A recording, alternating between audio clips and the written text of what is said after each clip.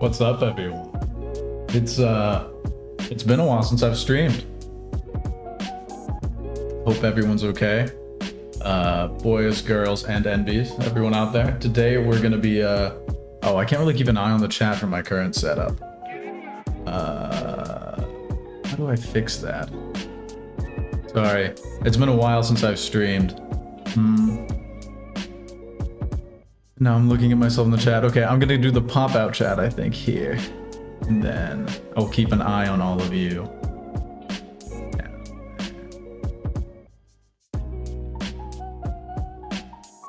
And then I can keep an eye on myself. Over here, I think. Yeah, down there. It's not gonna look like, it's not gonna be like my streams last year where I'm looking at the chat right there and you guys are right there. Because I'm gonna be programming on this screen today. A second monitor specifically for chat. I had a second monitor and then it broke. I only have my laptop down here and then my screen up here. But I hope you guys, can everyone hear me all right? Is the audio quality okay? Can everyone put like a thumbs up in chat if everything sounds fine?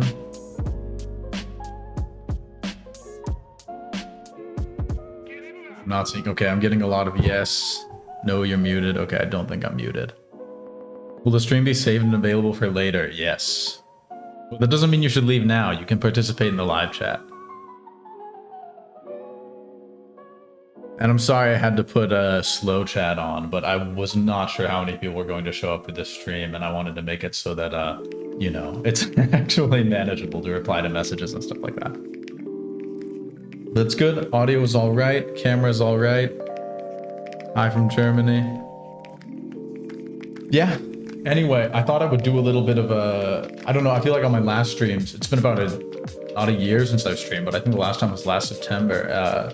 So I was thinking I might do a little Q&A to start with here. Because I haven't really ever made any Q&A videos or anything for my channel. And then we would get started with the programming. Which this is gonna be a game dev stream. I think that's in the title and in the tweet that I tweeted out.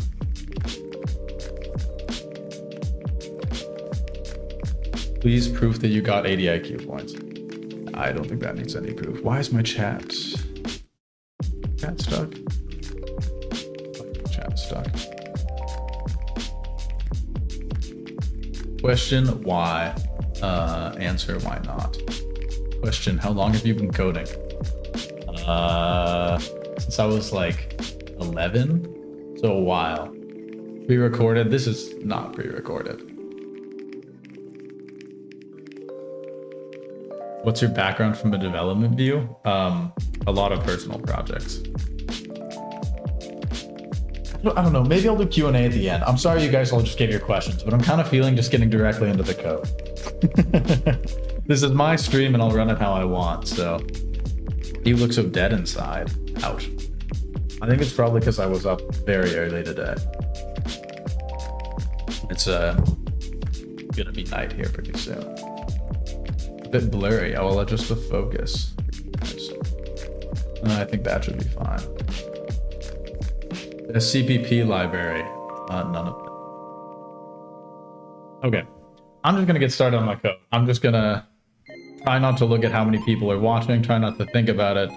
Come to Brazil gladly. Okay. We're gonna get started. I'm gonna stop being nervous about the number of people who are watching. Anyway, so today, yep, okay, everything's working. Chat is showing up properly. Today, I guess I'll start on the NeoVim start stream. Today we're going to be doing some game engine programming, and we are going to be, oh, I'm going to turn the music down. Even lower than. Just in the background. Just 300 people, it's fine. Oh, that's great. That's, you know, usual Friday night for me, so. Today we're gonna be doing some game engine programming, and we're gonna be looking at like serialization basically, or save games. If you can't tell by it's a serialization down here. Also, is this text size fine for everyone? Like if I open a file, can everyone read this? It's incredibly zoomed in on my monitor. I mean, I would usually program like way zoomed out. Everyone can, yes. Yes. Okay, yeah, that's also right about the music. Now no one can hear it. I'll turn it up a little. I can't stop looking at myself in the viewfinder and fixing my hair.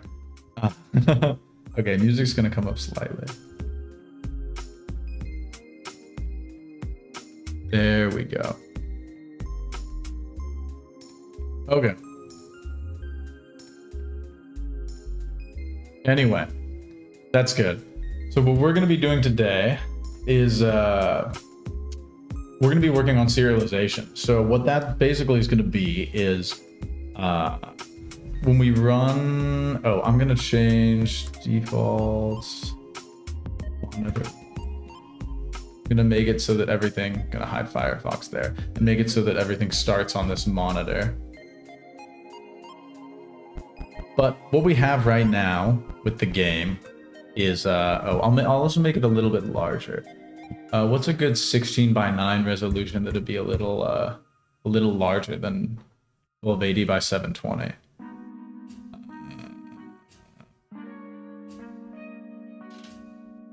You guys are gonna see my Google Tactics list of 16:9 resolutions.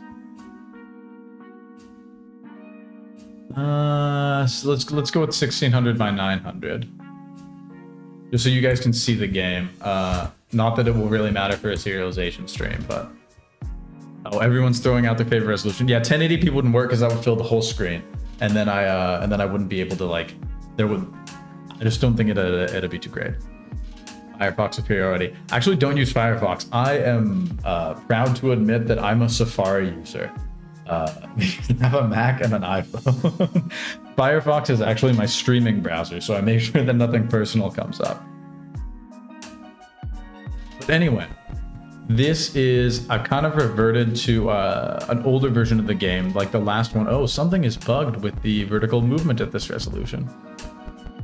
Okay, that's a bug for another time. But anyway, okay. I'm gonna get started with the stream in earnest now. And focus. So this is a version of the game. I think the plants light up a little bit extra now. That's something that I added. But this is approximately the version of the game that was in my video that I released about like 3 weeks ago. And what we're going to be doing today is basically trying to implement like the building blocks and the starting point for like some sort of save game state. So like ideally the outcome today will be that, you know, if we start with our guy here and we move him up here and we reload the game, he will be up here. I've done some like cursory thinking about how this should be done, but I've never done file IO in C++ before. And I kind of want to use F-streams and not just like the C file API. So that's what we're going to be doing. We're going to be doing a serialization in the ECS and everything.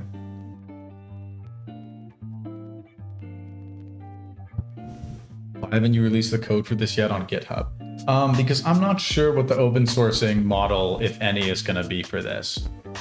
And also, I'm not sure that I want to continue using GitHub, but that's a discussion for another time about the code politics of using GitHub and the ethics of it. So maybe for the end of the stream. Right now, we're programming. So what we're gonna do is, so basically what we want to do is I've never done actually any live programming before. This is a little strange. It's like pair programming, but 300 people are watching you and telling you stuff in chat and also asking you questions, trying to distract you at the same time. Anyway, a good end to this stream is going to be that, you know, our guy moves and the position is saved, it's serialized, and then it's saved, and then it's reloaded back into the game state next time we load the game. 400 people, great. Even more pair programmers. What was I going to say? So a good end to this stream is that we serialize the position component. A better end is that we serialize all the components on the player, which those would be here. would be that we get all of these components to serialize. And the best end to this stream would be that we also get chunk data serializing, which shouldn't be too hard, but it'll be a little more involved. But anyway, cursory implementation of the serialization system. That's basically what we're trying to do today. I hope you're in for some fun C++ programming with me.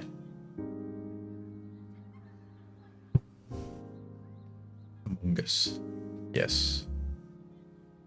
Hello, Hero Brian. Welcome to the chat.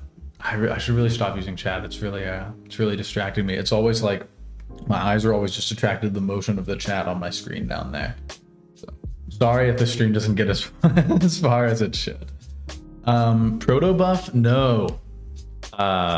We are not going to be using. So maybe I should actually go over how things work again, because I'm assuming not everyone has seen that like really long video that I uploaded. Basically, this is my game. This is my engine. It's completely custom aside from some libraries that I rely on. Those are the libraries that it currently relies on.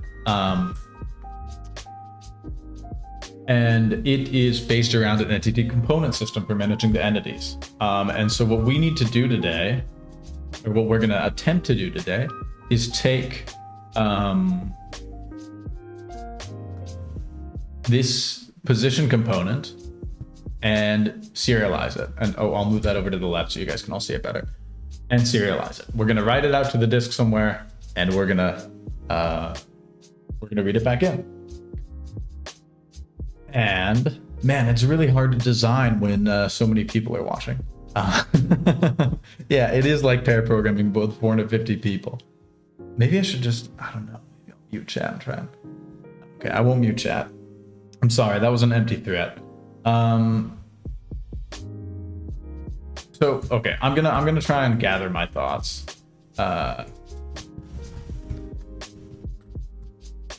We're gonna do some design here.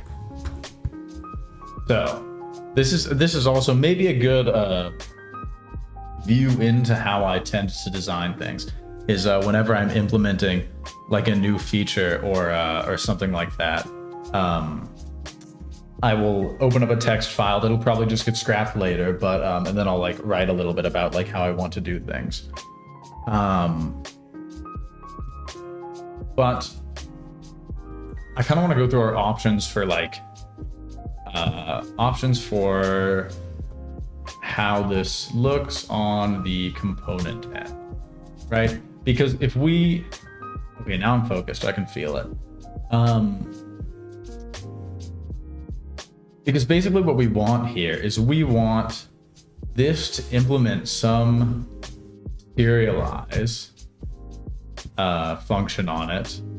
It takes like an F stream, or not an F stream actually, it should probably just be an O stream, right? I'm not really that good with C++ streams, so we'll also see how this goes.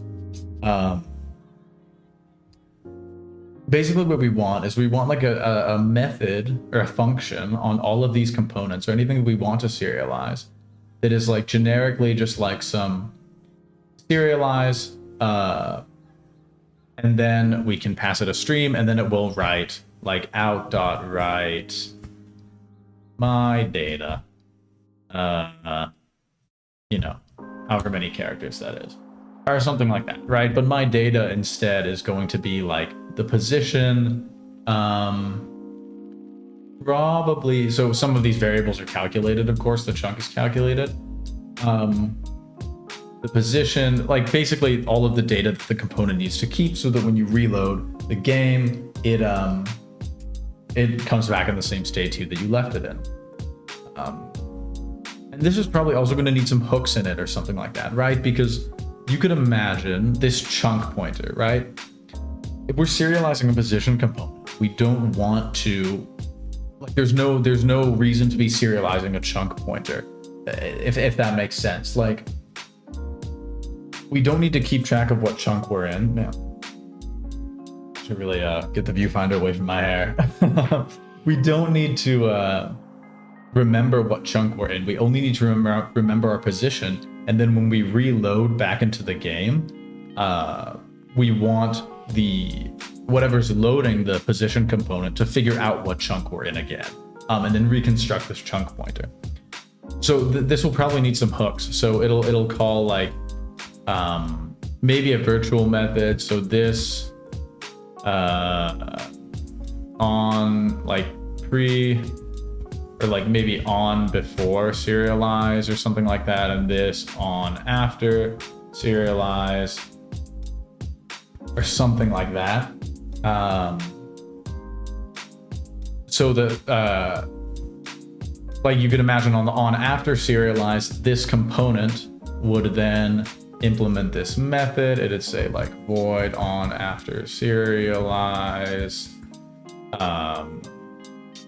and then it would say like this chunk is equal to this level dot find chunk, or it's like something like that, like get the chunk for the position or something like that, so that we could add these hooks into it to initialize field data.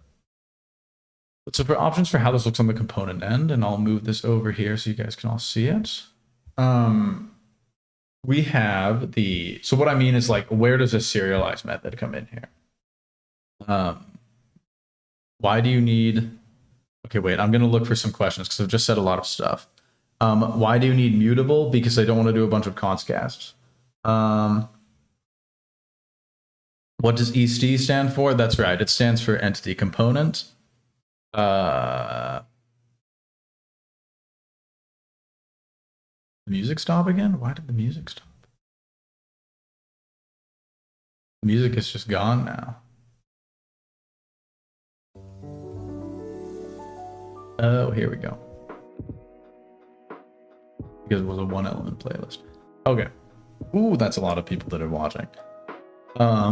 Some questions. Why not use JSON for save data? Because JSON is like a human readable format, and we don't need this data to be human readable. We just need it to be like fast serialized in and out, basically. So that's what we're prioritizing. Are you using Molten VK? Yes, I am. That's like separate to the serialization stuff, but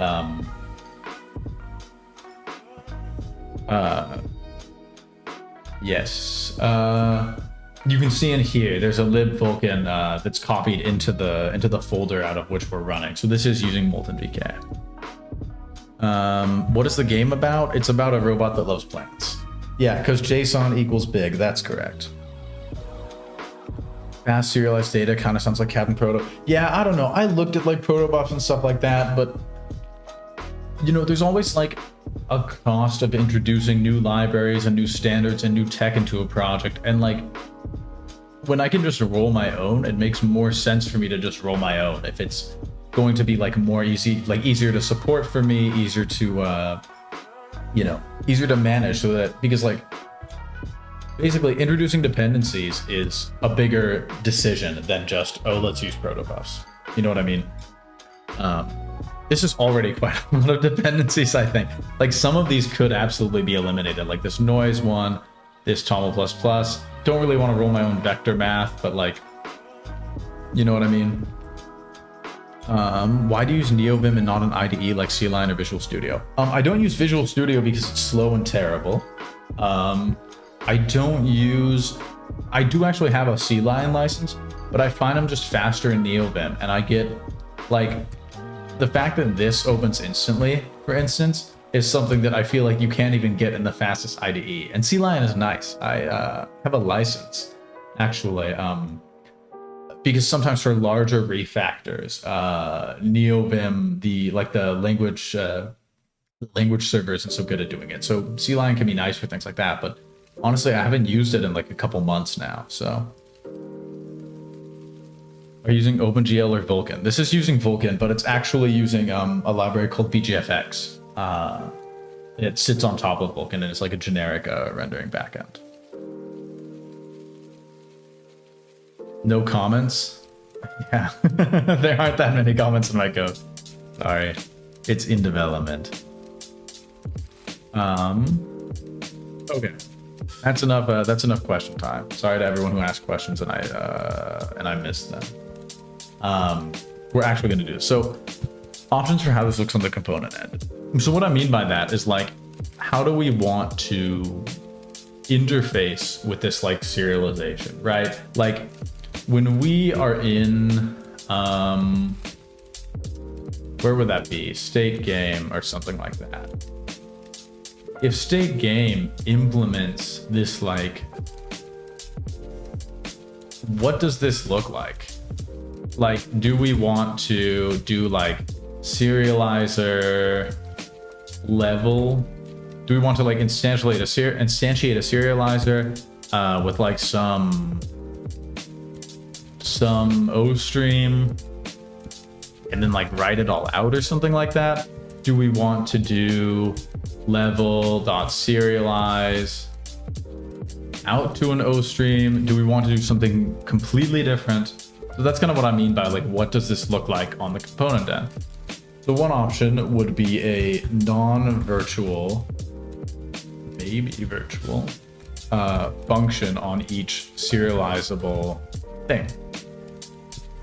And that's kind of what I'm partial to going with. But you kind of run into, you know, this is fine, except for what happens when you want to like implement some generics. Like, how do I describe this? Okay. So down here in this position serializer, let's remove all that. In this position serializer, right? We want this to be able to like call serialize on its fields. Like we want it to be able to say serialize position. And we can't really do that without implementing like a serialize function on, when we look at this type, and it's a vector3. And vector3 shouldn't know about serialization. At least I don't think. Like the type itself shouldn't worry about serializing itself when it's like a basic math type. And it gets even sillier if you have like, imagine we had some, like this is grounded tick, some like integer value. Like there's no way that we do this is grounded tick serialize out. Like that doesn't make sense, especially this like an integer field or something, or like a type that's out of our control, like a Boolean or whatever. So that's why I'm a little partial. Breaks down our primitive types. So that's why I'm a little partial to the option of like implementing a generic like serializable T class, or like what's the word, like concept or interface or something like that, that can then knows how to serialize T out to some O stream, right? Like this, and that would be const.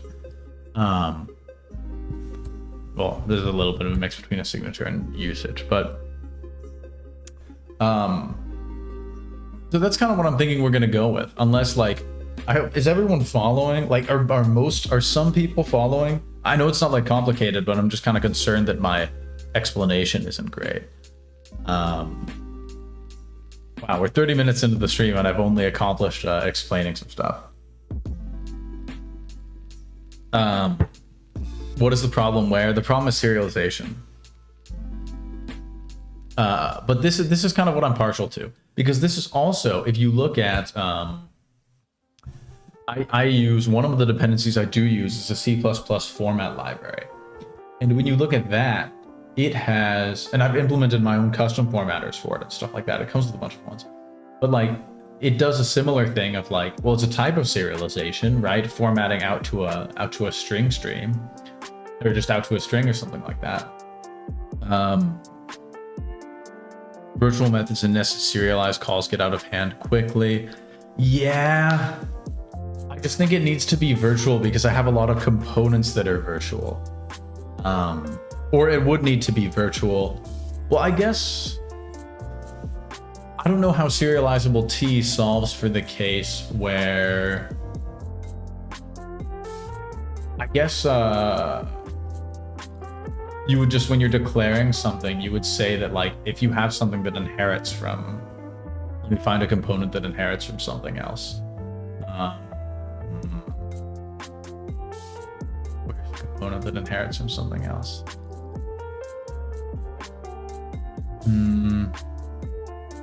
Maybe I actually don't have any entity components that inherit from anything.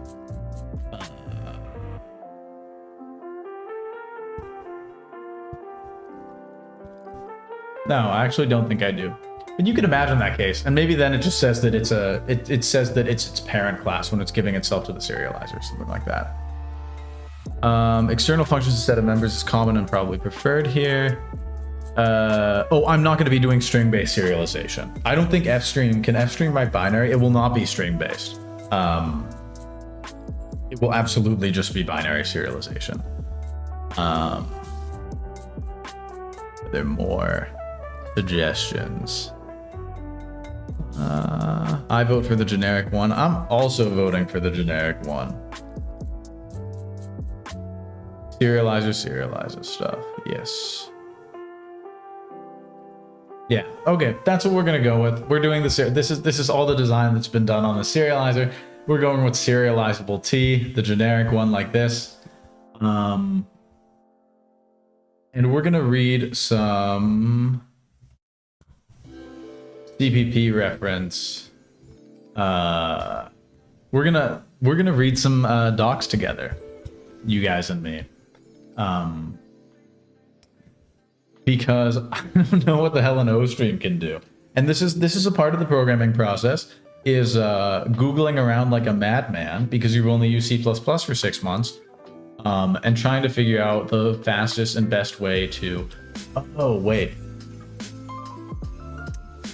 Yeah, okay, there's another design problem. So, I'm also coming from Java. And the really nice thing, I'm going to write a little bit more in the design document. Java serialization is really easy because when you eventually want to compress your data, you have like some output stream class, right? Or this is like what I remember. And then when you want to compress your data, what you do is you make your output stream. We're using Java 11. There's the var keyword. You do like a gzip output stream that wraps your... You actually wouldn't name things like that. That wraps your old output stream. And then you just have a stream that automatically outputs to gzip and automatically gets compressed and stuff like that. I don't know that I actually want to deal with the C++ stream types. Like, if that makes sense. I don't want to deal with like conforming to the C++ STL idea of an O stream. So it's possible because eventually I wouldn't want to have to implement my whole own O stream that conforms to all the O stream types, or like template expected concept that conforms to the O stream concept, that does like serialization or compression as well, if that makes sense. So what I might do is this could be like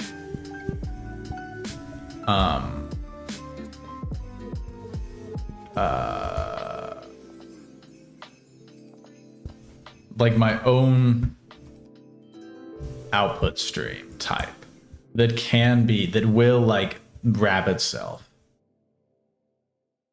Does that make sense?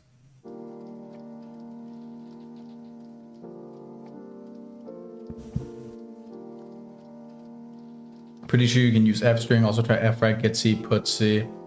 Yeah, that's what I'm kind of leaning towards, is using the C file API as opposed to any sort of C++ file API. Does that make sense? What's with the Christmas music? Oh, I think that's just on the playlist. You should decouple compression from serialization. Yeah, but I guess my point is that like, I don't know. I would want that to happen through the same stream interface, like compression and serialization. Also so that it's maybe reusable. But I don't know. Are you ever going to be writing files that are so large that you can't just compress them in memory? Probably not. So maybe that is a better way. So back to the documentation and the relentless Stack Overflow crawling that I'm about to do. What does like a C++, I might also ask chat, what does like a C++ binary output stream look like? Like a binary, you guys are really getting to see the inside baseball here of like what I do when I'm designing stuff and when I'm just looking on Stack Overflow. Best advice for C++ is not to use most of its features. I agree.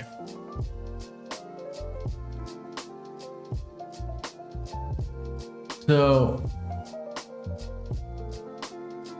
yeah, I don't know if this is what I want to do is the problem.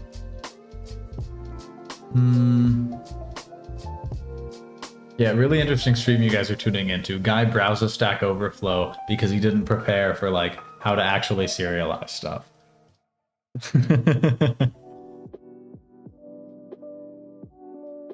I always use fopen file stuff. Yeah, I think so too. Not, oh god, not the Microsoft docs. Let's just use a C++ reference. So I think manage options. Firefox will get all my cookies. No. Way add. Maybe, okay. CVP reference fopen. That's what we're gonna do. No ads. Oh wait, there are ads. I don't have an ad blocker on my Firefox. Copy, write, draw structs into a buffer, manually serialize every variable.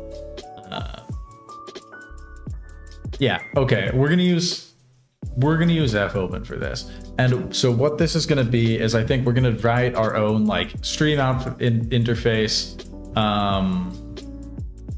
It will get passed where you can just write arbitrary data to it that relies on these actually it wouldn't be serializable, it would be serializers. T that manages serialization and deserialization. That's what we're going with.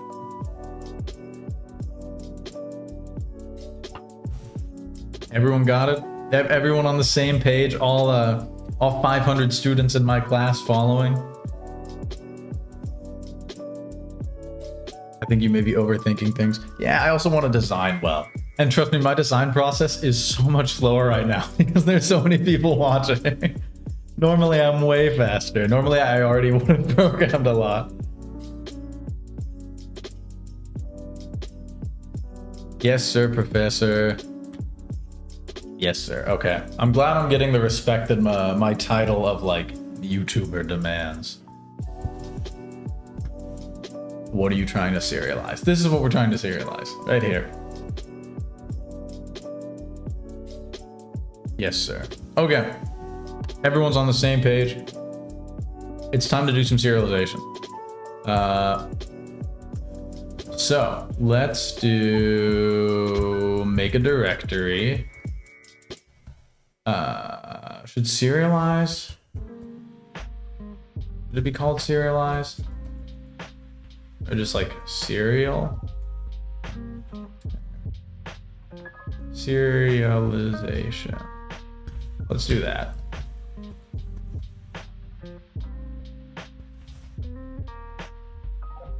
Okay. We're actually getting to the code now. So what we're gonna do is we're going to introduce a new template for a serializer. And what does this need to do? This needs to be able to serialize a T and not serialize a T. And deserialize a T, not serialize.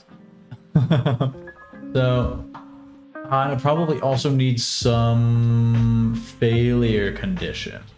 That kind of sounds like a pain. We're not going to worry about that right now. Oh, that should not be... Man, you guys are making me mess up. This is a lot of... I've never programmed in front of so many people in my life. Like the max has been like 3 people. Arrow 404 is spamming. Yeah, Arrow 404 is spamming. Please don't spam. I'm gonna hide you. Sorry. Has to be done. Just pretend we're all bots. Yeah, that's right. Yeah, maybe it was like the 500 bots that I bought to watch this stream and make like GPT-3 you know, machine learned chat messages in the chat that that I'm actually talking to. Remember, if you screw up, we're all watching. Yeah, that's good. Okay. Anyway. Okay. Not gonna pay attention to chat. Not gonna pay attention to chat for a second. Behave yourselves. So we're gonna start with the void return type because we're not worried about the failure condition yet. I think I want this to be virtual right now. And I think actually maybe I want this to be a concept. No, okay, we're just gonna do it like this. T deserialize const. Does that make sense? How do we do this? No, this should deserialize. How do you do deserialization? Do we want to pass a T into it? Because we don't want to worry about T being default constructible. Man,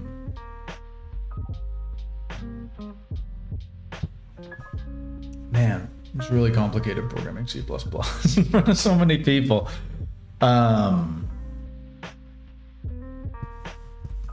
I really should have done the design before this stream. I'm sorry about my lack of organization. I hope you guys are. I hope that's okay with you all. Sorry. Okay. So we have our serializer. We have what it needs to look like, and so let's try and use what this interface would look like. But actually, we're going to use some garbage macros here because, so let me split this file up into 2 views so we can see both of them. And because what I don't want to do on all of these like really basic classes is oh, the Christmas music is back. I hope you all like it.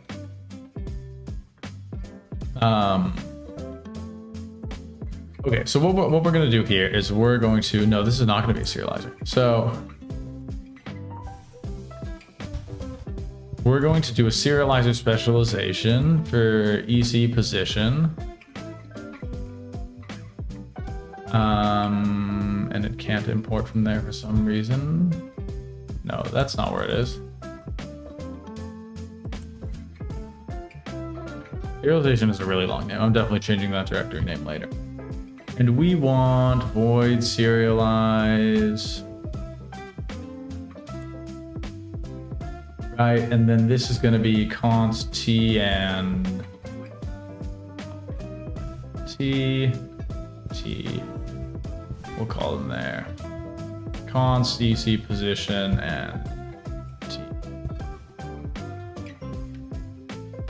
We'll just call it EC position. Only virtual member functions can be not a virtual. Oh. Ooh, wait. This maybe shouldn't be. Wait, what am I doing? Oh my god, it's okay. It's been a while since I've done any C++ stuff. This is what everyone was talking about, was that I'm gonna mess up in front of everyone. This is gonna be a concept actually. So I'm gonna try and remember how to write concepts because we're working in concept serializer equals. Oh, how do you write concepts? TT like that? I think that's how you write a concept. And then we'll do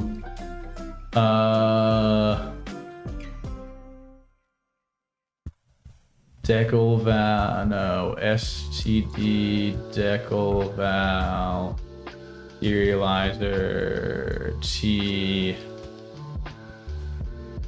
dot serialize t std same as void. Is that how we do this?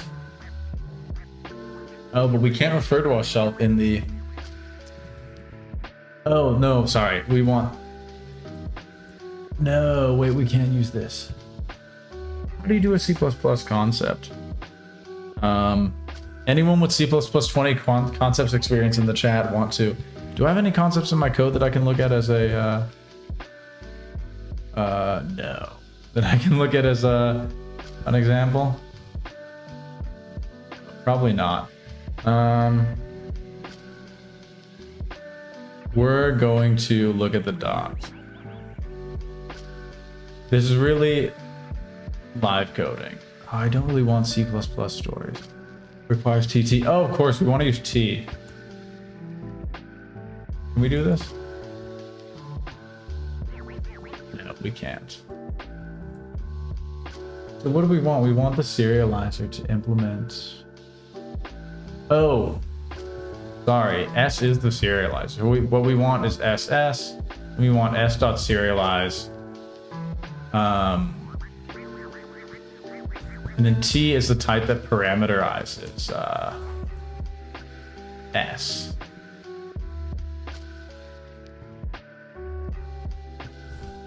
This is what we want.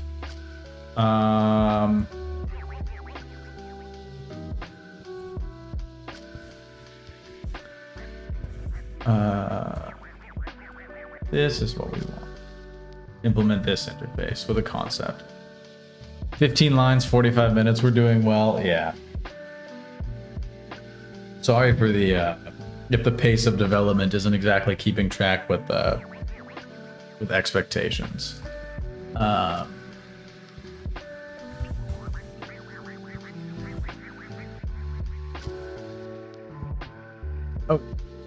So, and then this can be used with like, well, this is just a concept for a serializer type. So anyway,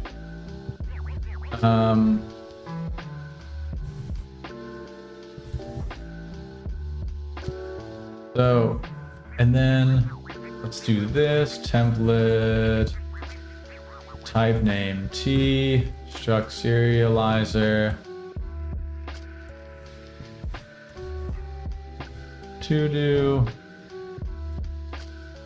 iSerializer. We're gonna steal a little bit of Java stuff from there with the naming, but serializer, easy position. There we go.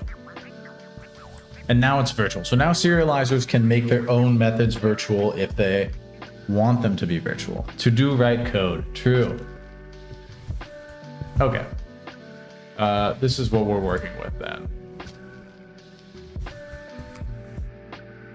So what we want then is this serialize function to serialize some of these, some of the data in this position component.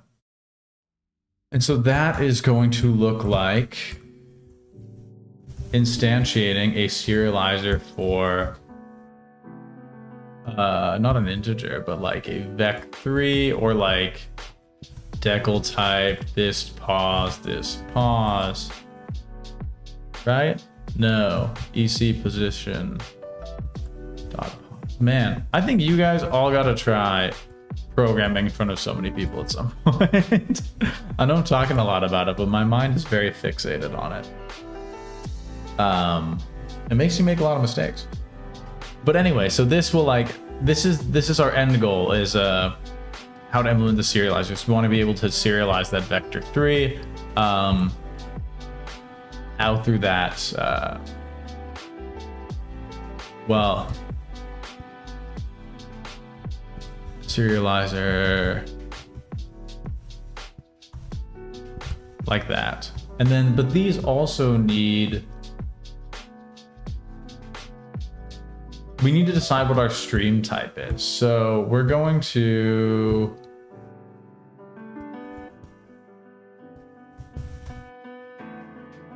We're gonna create a stream type, source, util, outstream, HPP. They can write like...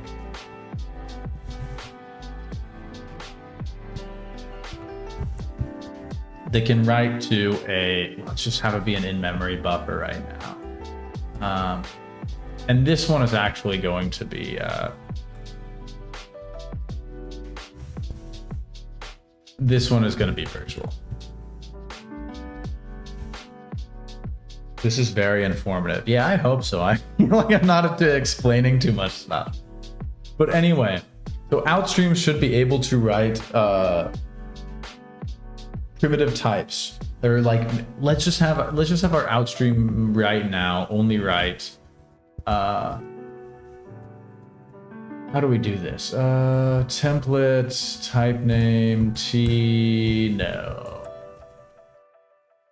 Do we want it only to be able to write primitives and then everything else is based on that? Yeah, I think so.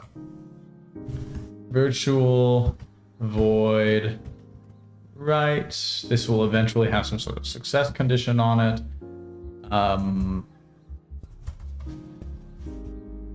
We want a span of U8s.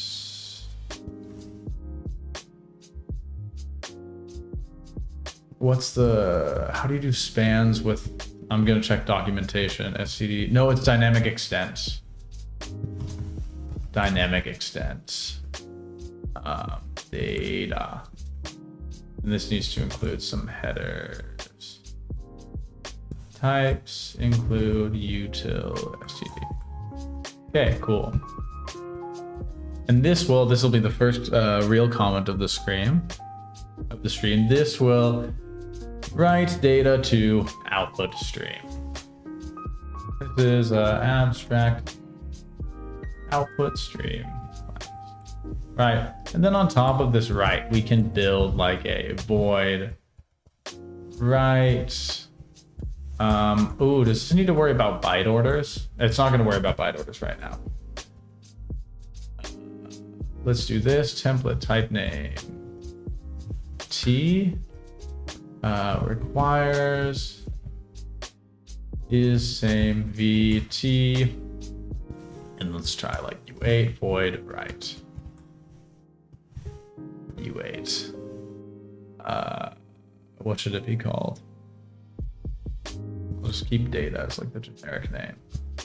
And then what we'll do is we will call into this write with a, how do you construct a span? I've kind of forgotten. It's going to be a U8 array of length 1. I guess you can construct a span like that.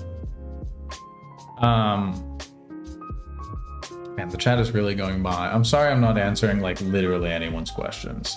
I hope that's okay.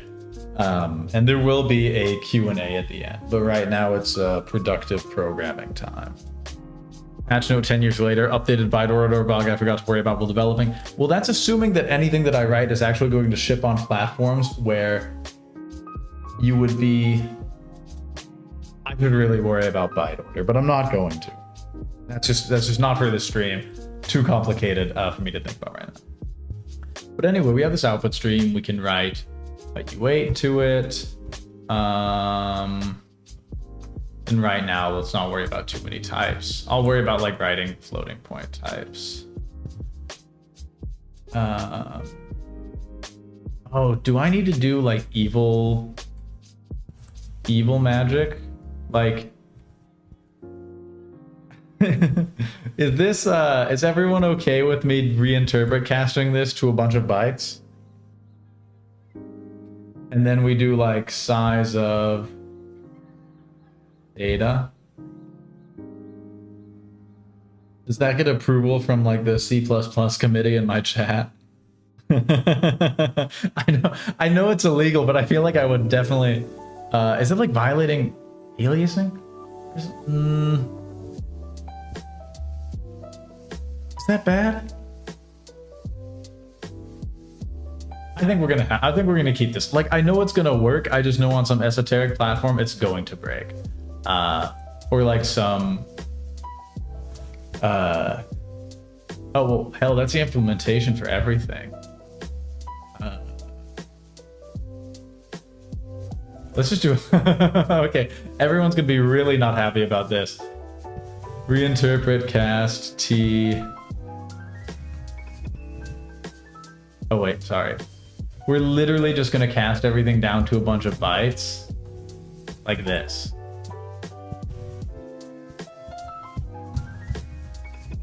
And then we'll say to do requires clause which limits to primitives to what's the word, to discourage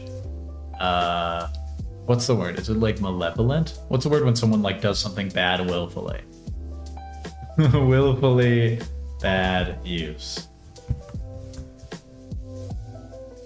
Anyway, this is what we're doing. We're literally just memory casting everything to a stream of bytes, writing it out into whatever the output stream wants to write to. And that's gonna be our out stream. So then what we need is a struct memory outstream, which is an outstream, or like, yeah, memory outstream, which is an outstream. And we want memory outstream to be able to write into a block of memory. This is going to return a result. Oh, we don't have a. So for the unfamiliar, this result type that I have basically just like mirrors Rust's results type, so you can like unwrap it and stuff like that. So we're just going to do this, and we're going to return that. And actually, we said using, so we can change the type later if we need to.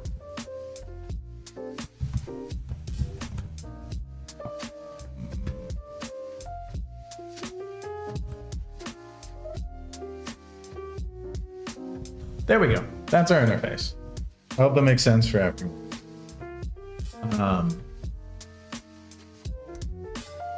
So what we're doing is this is going to return like a result type, and this will ideally, if everything goes okay, then these like write calls will return result okay. And it's like a void result. It doesn't need to say anything about the result, or it doesn't need to return any data. It just needs to say what went wrong if if you couldn't write out for whatever reason.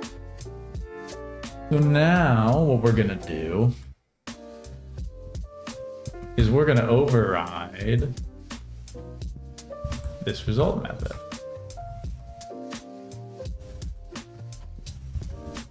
And what a memory outstream is going to do right now is it's going to write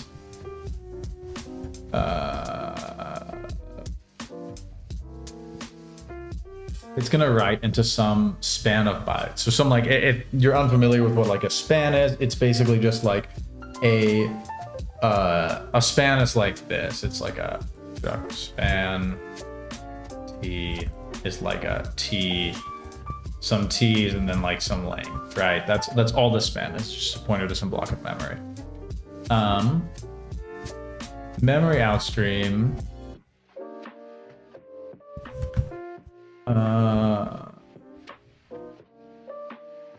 going to take this memory stream to construct itself, and that's all we're doing right now, right? Memory outstream, and then it needs to be able to write. Oh yeah, and then what we also want is like the index into the memory output stream, into like where we've written. And so what this is going to do, when you write data into the memory output stream, it's going to mem copy into output at the current at the current index. From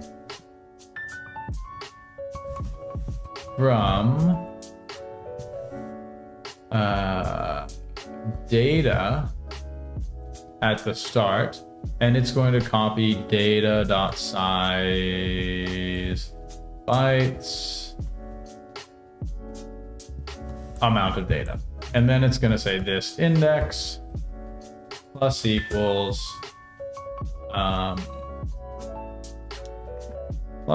data.size bytes. Cool. And then we also need to check that that we need to fail if things couldn't be written. So we need to I'm looking at myself. We need to go to the output. What is it we need to do? Check if things are going to fail. We need to check if this index plus data.size bytes is greater than or equal is greater than size bytes result error out of memory. This is going to be like really simply just writing things to a memory stream. This will obviously, we do that. Why do we need to construct the string in there? Man, sometimes C++ really gets on my nerves. Anyway, tech lead voice, where are the unit tests? Oh, yeah, this whole engine has no unit tests. I swear to God it will at some point, but you know, it's it's going to. Anyway, so this is our memory output stream. So this is outputs data to a block, or output stream wrapping a block of memory, and to-do needs to be able to dynamically resize that block or use linked lists of blocks or something. It really shouldn't be fixed size. There you go. So why did we write this memory outstream that implements this outstream interface? That is because we need the serializer to be able to take an outstream as a parameter.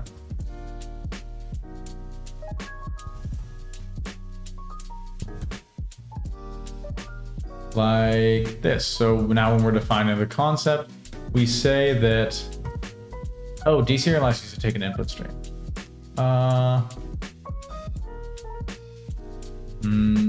Okay, now we need the corresponding. Okay, this is getting way more complicated all of a sudden. Let's do it like this.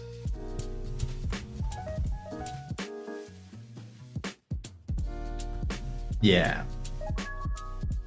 Okay. So we have our, wait, can I? No, I probably shouldn't zoom anymore. So we have our output stream here, we have our memory output stream, but we also need the corresponding, in order to do any sort of serialization, we need the corresponding input stream type. So let's just copy this over. And we need an in stream that can read from, oh, so the read result is actually going to return stuff. So the read result is going to return also a void, because what it needs is read data from input stream. So we need read. We need to read out into a buffer, into a sized buffer, out of like some arbitrary input stream. And then we're gonna do the exact same thing here with, someone was saying that, I read the chat a second ago, someone was saying that I should use std bitcast. which I don't know what that does. So we're going to avoid that for a second. Do I use Bitcast anywhere? I do not. So we're going to do the exact same sort of bad casting that we have over here in the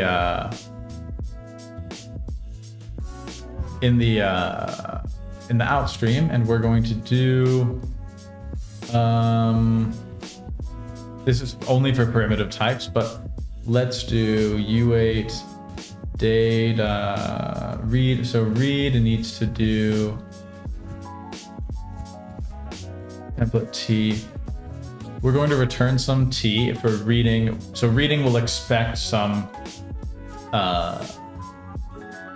like it'll be used as you what do you do?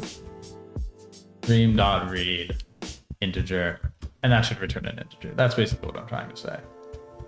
So what we're going to do is we're going to declare an array on the stack, and then we're going to return this read. Well, that's basically what we want to do. Like that. And that will read a T out of into some arbitrary length byte array. We're just going to assume that that's not going to explode the stack or anything like that. This should only be used for to do requires clause only primitives. Right.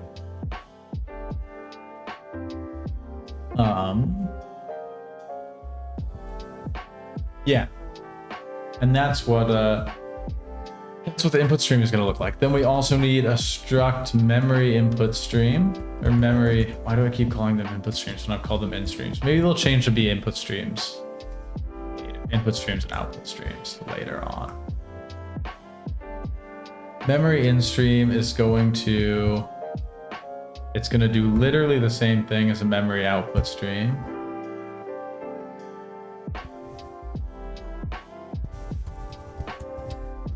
Going to do the exact same thing, except we're going to use the same sort of like what's the word, like memory block approach with an input, an index, read over 80. No, that's not over 80 characters. Yeah, and I'll close this down so everyone can see this better.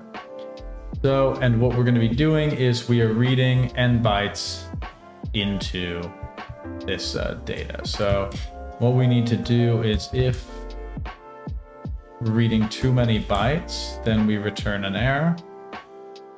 Otherwise, virtual function has different return type. Oh, yeah.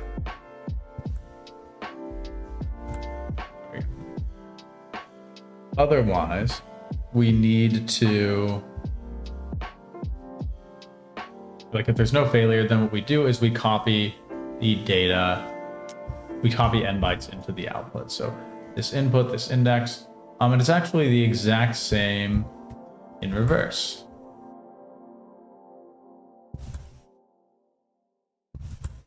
So basically just like this, we're copying n bytes out of our input block of memory that's this memory in stream is wrapping.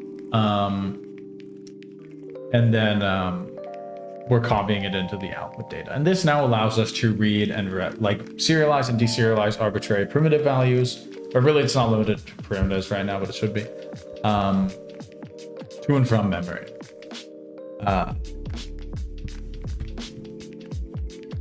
And so the reasoning for all of this is because now we want to use our in-stream here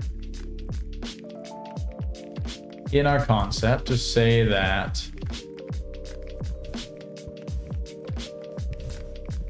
we can deserialize from some input stream and serialize from some output stream, which is exactly what we wanted. So now we go to the position component, which we were looking at earlier. I hope everyone is still following. And then we go back to the serializer that we were trying to implement. And Well, okay, sorry. One more thing before we can do that.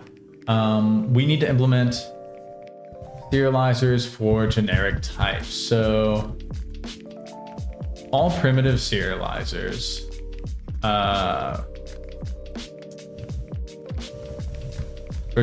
for example, a like a byte serializer for U8, right? This needs to implement this concept interface that we have defined now. So what we need is void serialize.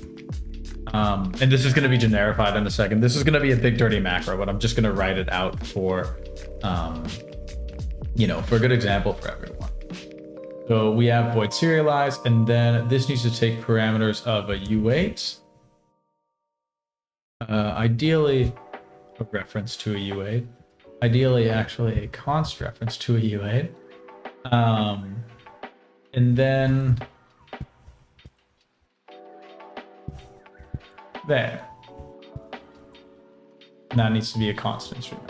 Well, we're not going to be, no, we will be modifying it. Never mind. Sorry.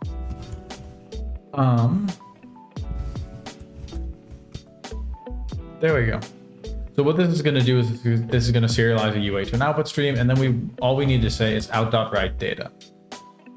Because if we look at the outstream class, it's that primitive serialization is already covered through this little write implementation here, right? Are there no useful serialization libraries for this task? Yes, but I thought it would be a little more fun to roll my own and probably more maintainable than trying to keep up with someone else's standard.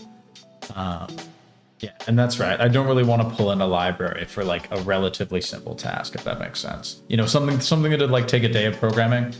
It's probably more worth it not to pull in a dependency and not having to worry about that sort of dependency management. Wouldn't have an iStream. Yeah, so someone's saying that I could have used an iString stream. No, I don't really want to use an iString stream because I don't want to go through the standard template library. I don't want to always be serializing to strings, and basically I want to be able to control my own back end of where everything is going and the performance and everything of that. That makes sense. And also the reason why I'm not using a serialization library is because I don't even think it solves my problem of like yeah, it'd be easy enough to get something that like wraps binary serialization of primitives and things like that. But when you start looking at like, okay, how do I start serializing like these complicated struct types and stuff like that? And how do I deal with changing values before serialization and after serialization? I think just rolling my own solution is maybe makes a little more sense. Yeah, so to answer all the concerns of people who are wondering why I'm writing my own serialization library. Anyway, though, so now that we've written all of this, we can get a serializer for a U8. Right? And that's great. We also need the deserialize. So we need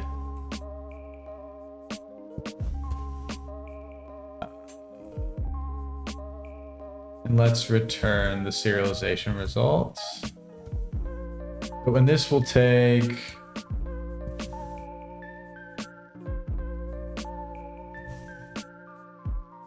that. Right, and then this will be in.read data. And it's a simple, oh wait, no matching function called a read.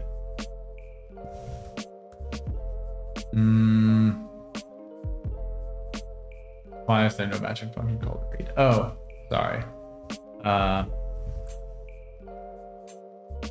That's what we want. If that makes sense. So this is our basic serializer that can serialize and deserialize U8 to a stream. Now I could copy this a bunch of times for each primitive type we have, but I don't really want to do that. So what I'm going to do is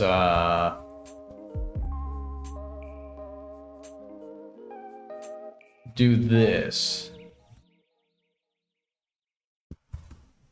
We're going to do an evil garbage macro for all of this stuff to declare primitive serializers. And I know everyone who reads a lot of C++ code might cringe at me doing this, but I think this is probably the most straightforward way, honestly, to implement all these primitive serializers. And yes, I do manually align all of the backslashes on all of my macros. Right, we want a primitive serializer for some type T. And then we just need to replace all of these U8s with T's. Whoop. There we go.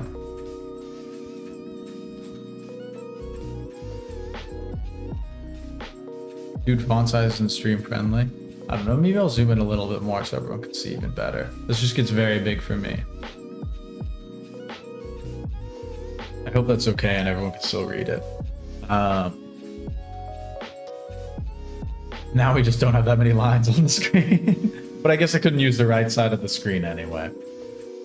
Okay, that's as big as the font is getting. Otherwise, my eyes are gonna pop out of my head. But anyway, we now have this primitive serializer macro, which defines a serializer for primitive type T. And now what we can do is we can do primitive serializers for U8. Oh, I'm supposed to do like this for all of our types, even for 128-bit integers and stuff like that.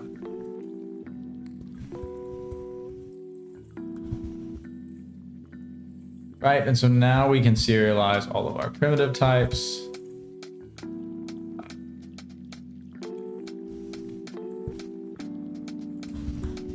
All of our primitive integers, and then we can also get floats. And what more primitive types do we have? I think that's kind of, oh, Booleans probably would be a good idea. Probably smart if they just relied on the U8's serializer, but whatever, that's fine.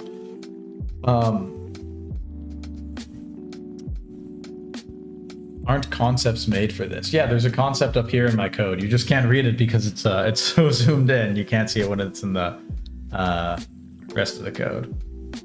You can use :NOH to clear your search term. Yeah, but I much prefer if I search for something like primitive, you know, I just go for the faster solution, which is typing / and then a bunch of random characters.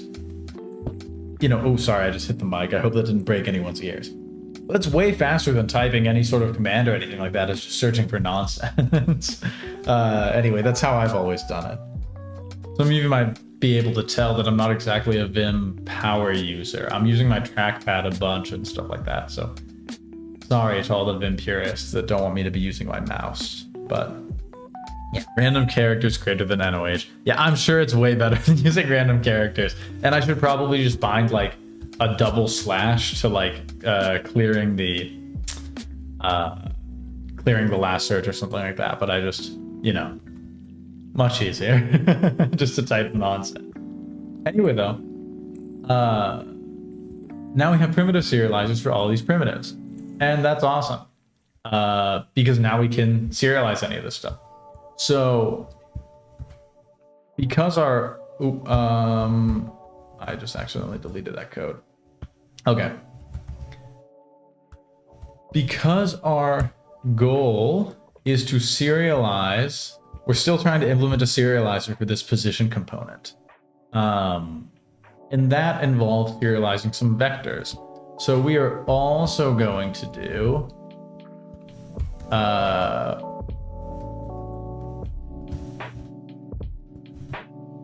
this. we're also going to implement a generic serializer for vector types. And then this will be struct. How did I? Yeah. Okay. Yeah. Sorry.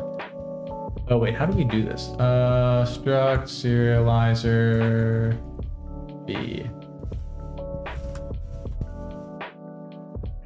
Yes, this is what we want. There we go. And so then what we want is we want to copy these definitions. Man, I'm not used to having to scroll this much. Text is just very zoomed out.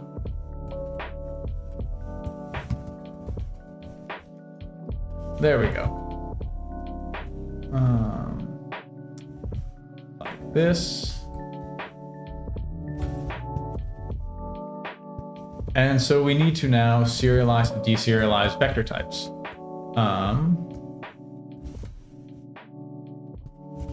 Like this. This might eventually rely on some like generic array type serialization, but we won't worry about that right now because we only need to serialize vector types for these positions. So how this is going to look like is serialize. So what we need is a for loop. And I've implemented, so for my math types, if you look here, I'm actually using GLM. So all of my math library is just GLM with some added stuff on top of it. And what we need to get, why I'm pointing that out, is because I've implemented this vectrates type, so we can pull out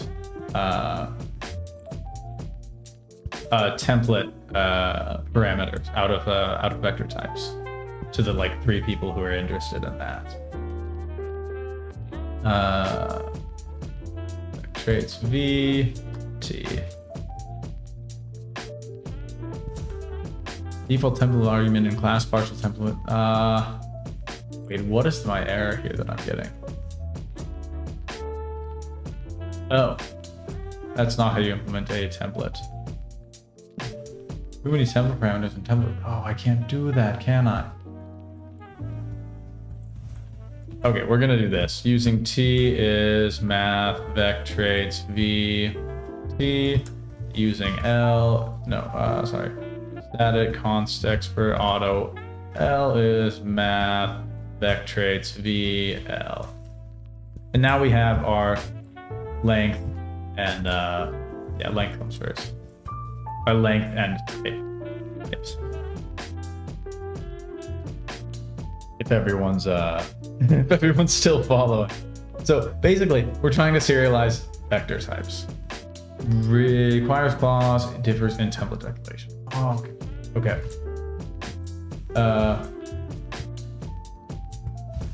Redefinition of serializer. Wait, how do you make a generic template on top of serializer type name T? How do I do this? C++ experts in the chat.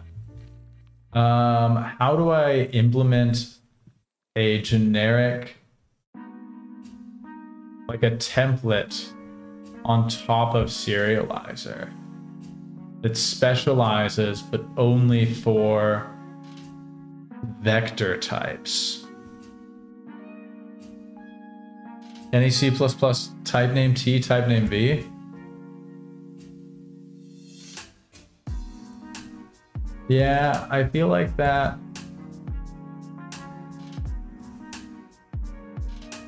isn't what I need. You use concepts? Oh, do I even need the serializer type then? I feel like I don't, but I kind of just wanted everything to be bound. That's partial specialization. Yeah. Why do I'm dragging this down here.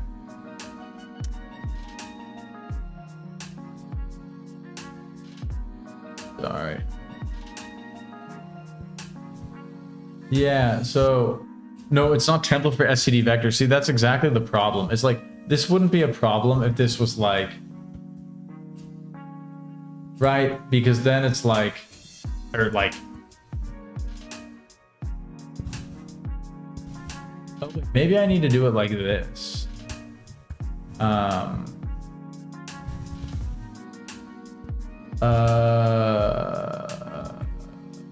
Like this. LTQ. Yeah, so what we need is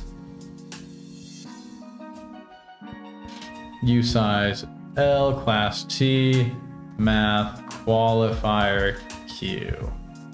Can we do this?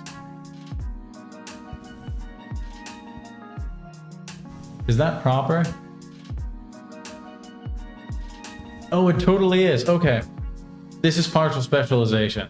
Perfect. Using V as math vec LTQ.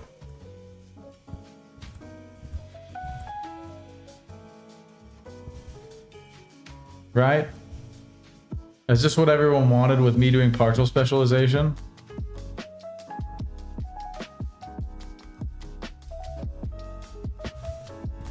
I think this was it. So this is how we're going to write things out.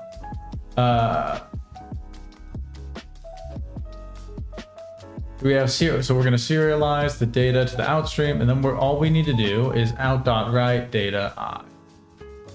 And that's it. That is our generic vector serializer. Deserialization is really the same, except we need to read. Yeah, no, we don't need to read backwards. In.read T. Right? That's the. Yep. Data I is in.read T. Yep. And there's our vector serializer.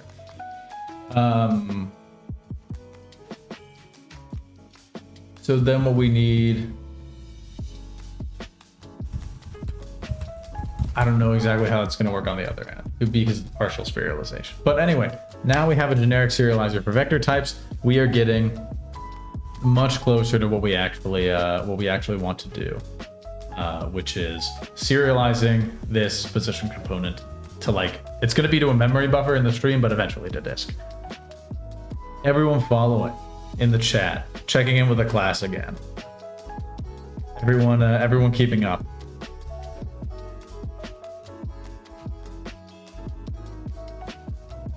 Everyone keeping up in the chat. I'm not seeing any activity in the chat. Too dumb for this? No, you're not. Okay, yes, sir. Yes, I need some responses from the class. There we go. Anyone who knows C++, what the hell is going on? Partial specialization killed me. Okay, why auto instead of void? Oh, that's a good question. Actually, someone pointed that out quite well. To do actual results. And we need to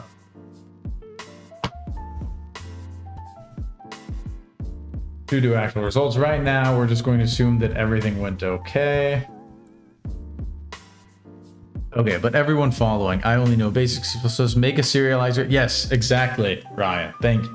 We are making a serializer out to a memory buffer, or more specifically, out to a generic output stream and in from a generic input stream, not necessarily backed by a memory buffer, but like we don't need to worry about what it's backed by. Yes. Yes. Okay. Okay. It looks like people are following. This is good. So we've got serialized, deserialized for vector types, and the reason why we're doing it for these vector types is because when you look down here, this position component that contains the position of all entities, like the player, contains vector types. So now we can serialize like these floating point vectors. We can serialize integer vectors. We can serialize primitive types. But now what we need to do is we need to be able to serialize this type, like this EC position type. So Again, I'm going to do the same thing that I did up here, which I'm going to write a serializer for this type, and then I'm going to generify it into a macro. Isn't serialization implemented in the stdlib?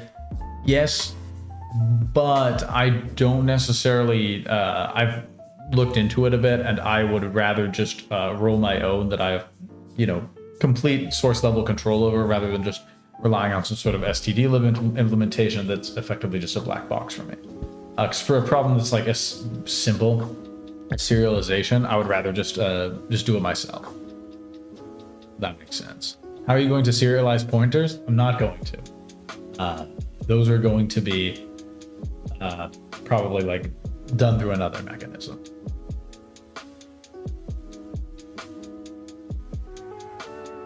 Rust is looking mighty weird today. Yeah. Welcome to C++ 20. I've got my result types and everything. Anyway. Okay, got our to-do actual results. That's fine. Things aren't going to break in the test, which is great. So what we're going to do, we're going to serialize this position component. That's what we've been trying to do for the last, I can see on the little counter, hour and a half. So we are going, so how will we serialize this position component? So, well, actually, that's exactly what we do, is what we just had written.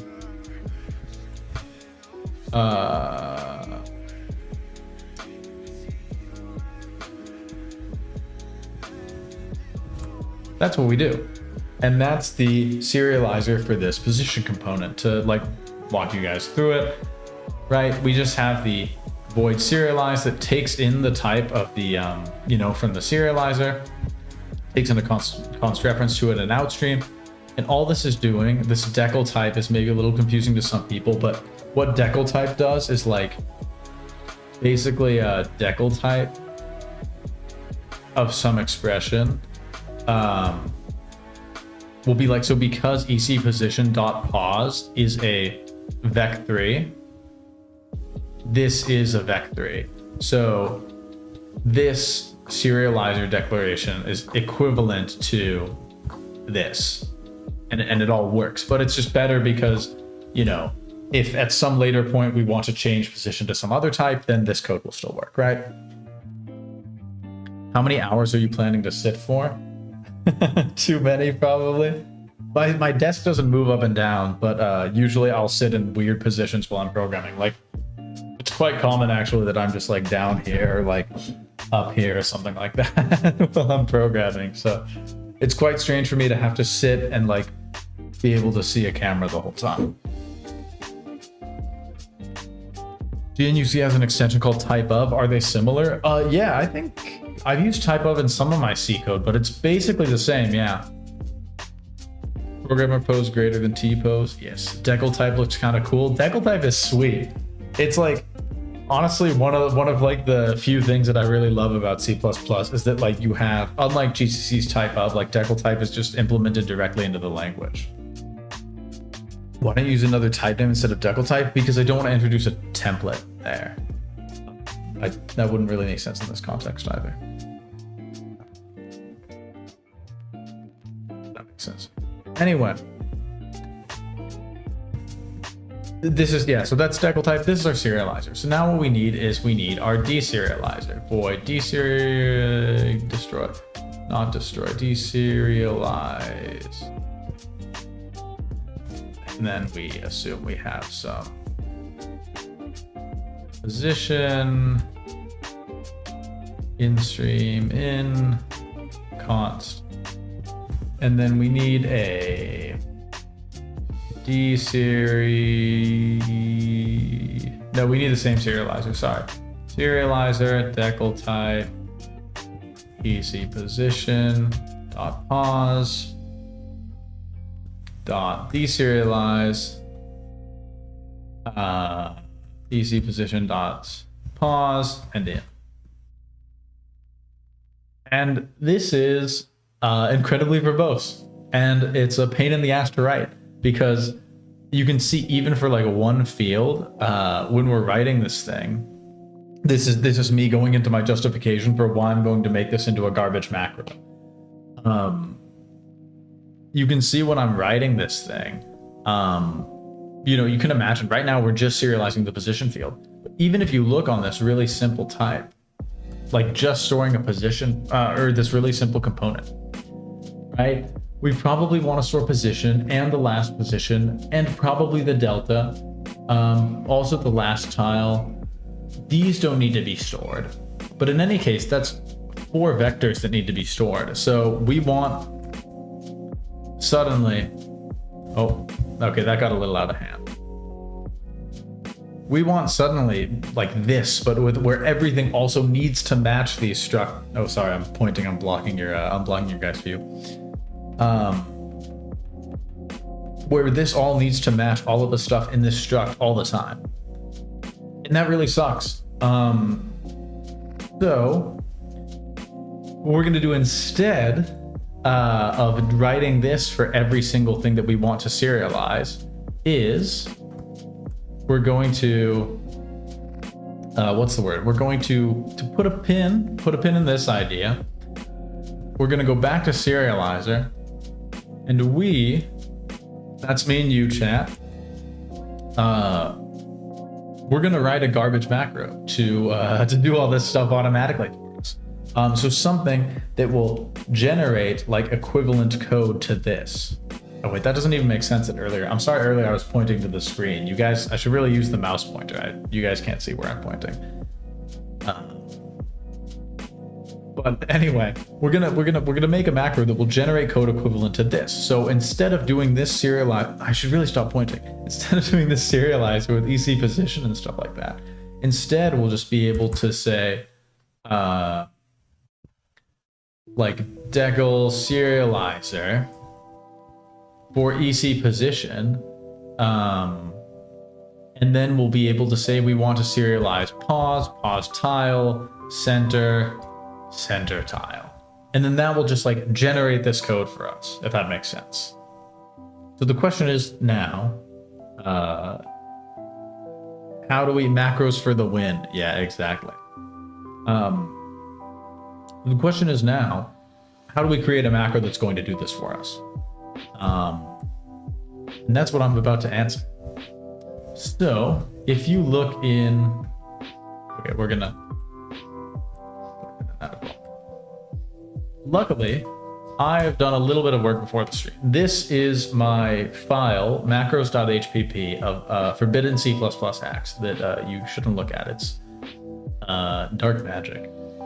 But I have some stuff that you might have, if you watched some of my other videos, you might have seen, like some optional handlers in here, some stuff to call different macros according to their number of arguments, and this garbage. What we're going to be looking at is this function each macro, which what this does is basically when we call, well, it's described in the documentation. When we call, or like what's the word? You don't call a macro. Do you call a macro? I'm going to say you call a macro. When we call this macro,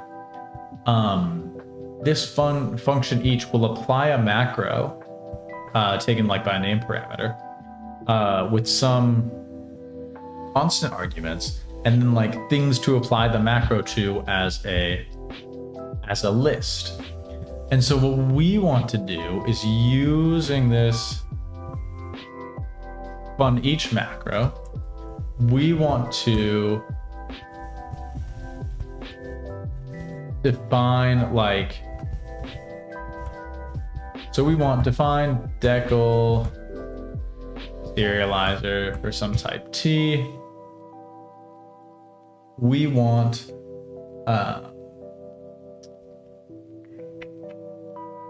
what is it that we want to do? Oh, expand a macro. Thank you, Davawin. Thank you, Davawin. It is expanding a macro. That's correct. You're not calling it.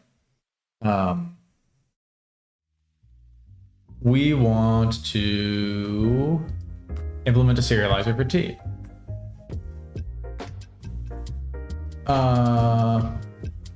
No, wait, that's not what we want. Sorry.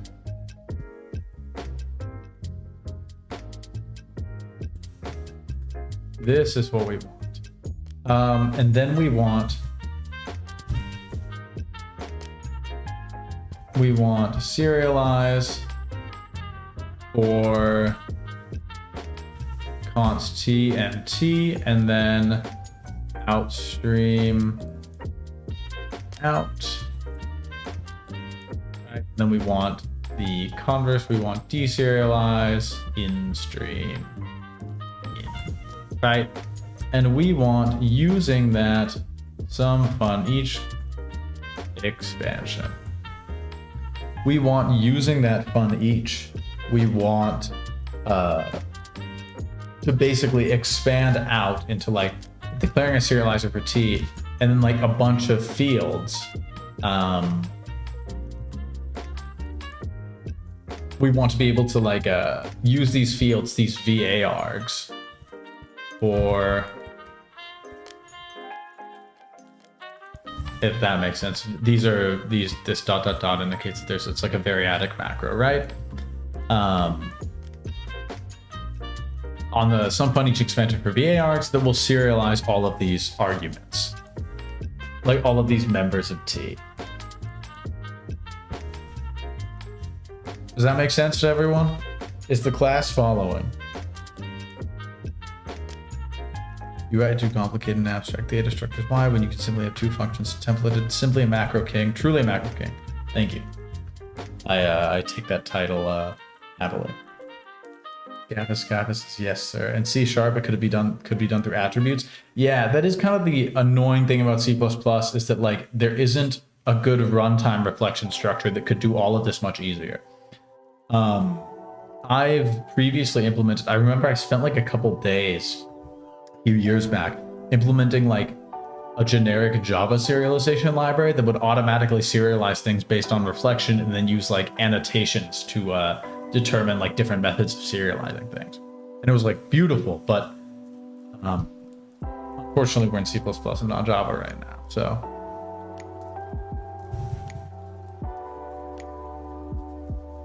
anyway, if macros are this useful, why are they so frowned upon? I don't know. I'm very pro macro. This is a pro macro stream. It's okay to, you know, hang out in the chat and say that you use macros. No one will shame you here. Compile time reflection. Yeah. If this is like my rep equivalent of compile time reflection. Yeah. Okay. So we want to call this fun, yes, macro safe space. We want to call this fun each on all of these VA arguments, and have everything expand out properly. The way that we're going to do that is we need to define, so the way we serialize like some,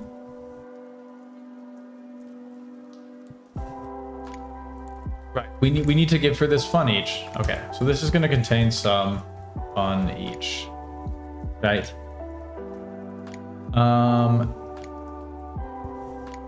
And that is going to, the first parameter of that, if we look at our little documentation here, is going to be some macro. So we want to serialize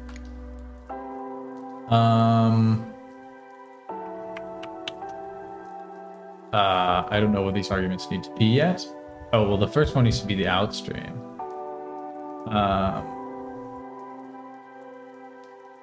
Serialize T out, and then the name of things. I think that's what we want to do. So the parameters are going to be T, the output stream, the name of the output stream, and then the member of T that we're trying to serialize, I believe. And then so what this is going to do is this is going to get a serializer for T.member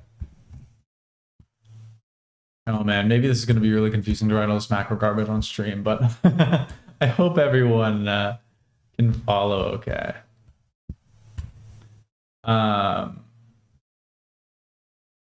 T.member.serialize, and then we're going to go to T.member out. Does that make sense? So what this like serialize macro is doing, oh, my music went out. Time to restart all my music. What this serialize macro is doing, I know I keep saying, does that make sense? And I just don't look at chat. I'm sorry. I'm ignoring everyone. Okay. Again, yes. I'm sorry I put in my own backslashes. We'll save that down there for now. Multi-line comment. Oh, yeah. No comments and macros. Okay. Does this make sense to everyone what I've just done here? So what this is going to do is when we decal a serializer, so now let's look at this. EC position. .hpp. Oh, that's not what I wanted. Here we go. So instead of all of this garbage code, what we can get now is if we do a decal serializer,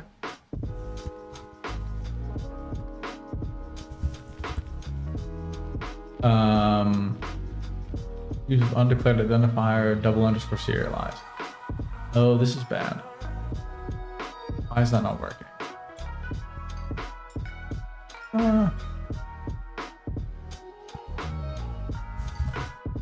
Sorry, I'm gonna look up some documentation here.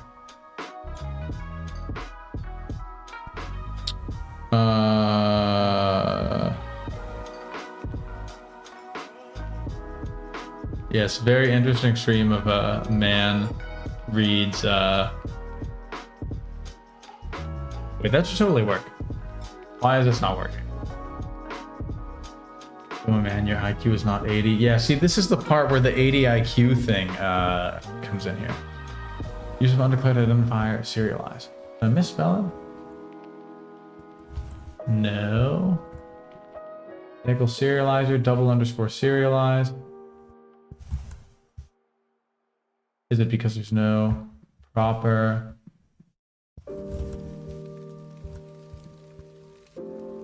No, things are still not working. Relying on chat to debug my awful code was maybe not the best idea. Someone quickly look at this macro and tell me what's wrong with it, please. This should work, but I feel like I'm running into some macro expansion problems. Why? Oh, it's because these are still named for each. These should be named. This was adapted from some other code. So it's obviously not going to expand properly. Come on, chat. I'm surprised there are like 400 of you in here. I'm surprised no one caught that. Okay, it's still complaining. that was really wrong. Backslashes. Are my backslashes wrong? No, my backslashes are definitely correct. We're noobs? No, come on. There's got to be like someone who knows what they're doing in here. You're not illiterate.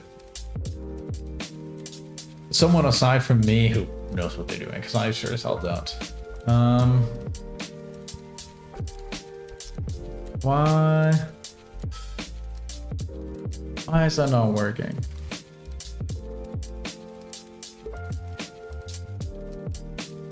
You have your includes set up right? My includes are definitely set up right. You're the only one who knows anything. Just listening. Oh, come on, guys. Okay, use of undeclared identifier __ serialize. This is, yeah, I should change the stream title to macro debugging with JDH.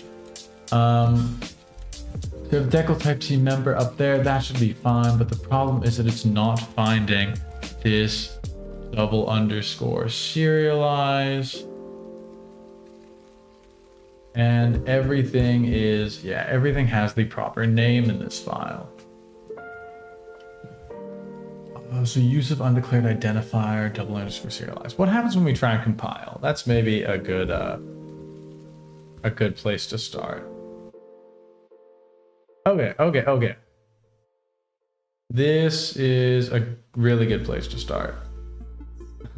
Reading C++ error messages with JDH. Even better. Expand and macro. No viable for conversion to read result to function return type unsigned short. Oh, there's also a bug in our input stream. That can also be fixed.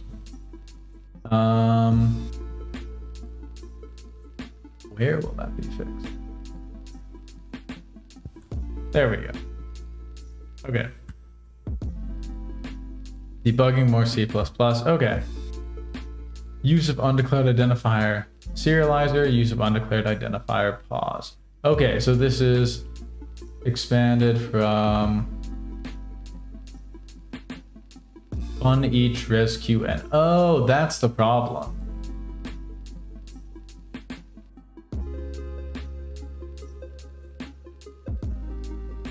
There we go. It's because I prefixed these with underscores.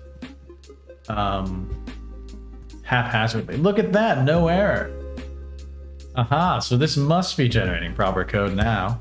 Expanding to proper code. I even think it compiles. Look at that, macro debugging with JDH. That one only took us like 5 minutes to fix. And it wasn't for any of your help, chat.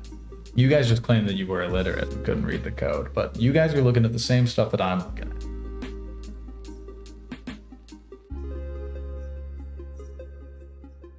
Anyway, code is absolutely compiling now. I'm back. How's the serialization going? It compiles, which is something. I think what this is doing is I really hope it's expanding to the proper type for. Well, I really hope my stream isn't getting borked by the fact that I'm using all my cores to compile. Maybe that wasn't so smart. But, you know, GCC doesn't peg cores anyway, because it's... Oh, my laptop is starting to make some noise. It's going to sound like it's starting to take off in a second. We're gonna wait a little longer to compile and only use 4 cores.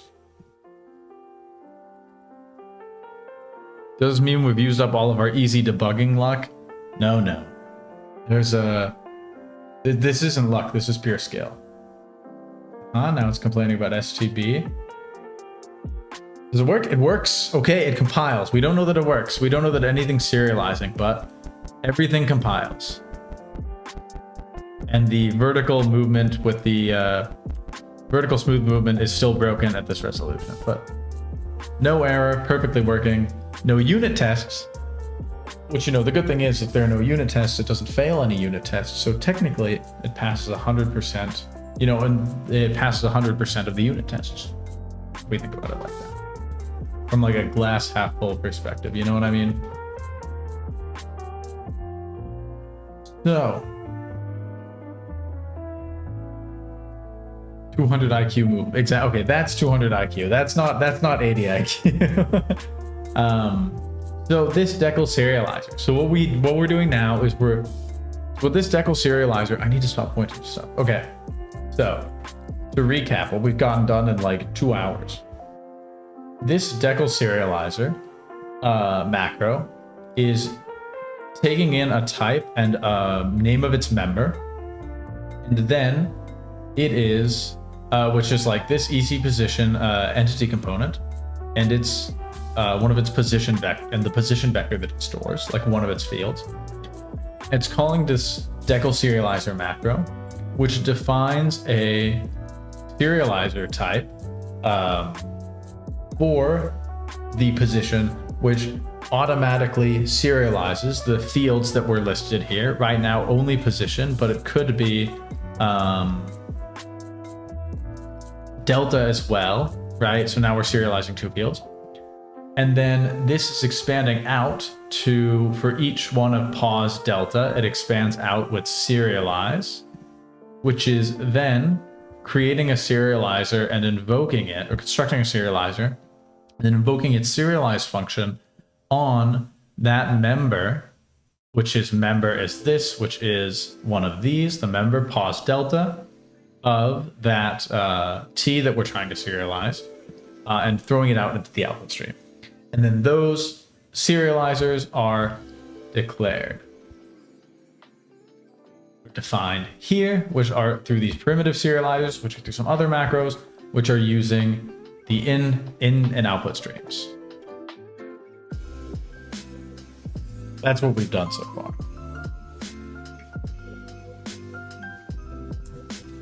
And it's not necessarily working, but it doesn't not compile. That's something. Why do you need to use the generic T? Because you're using the generic T. This is T. This is the type that you're trying to serialize. But there are also a lot of T's, so I'm not exactly sure which T you're referring to. Wait, so does just output to std out? Right now it outputs to like a... Well, it outputs to nothing because we're not using the code yet. But it will eventually output to like some file or something like that, or some block of memory that can then be compressed.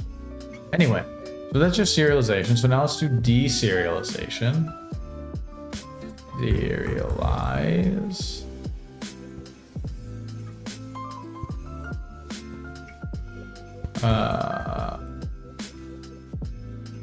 Deserialize, and then we're going to be invoking a deserialize macro on those. Deserialize, serializer, decal type T member. This stays exactly the same for the most part. And that's it. So now this will also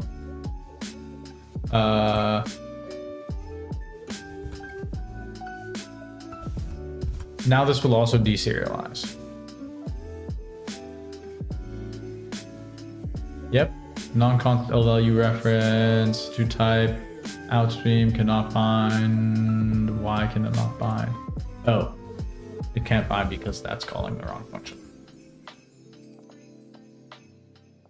Assigning float to read result. Ooh.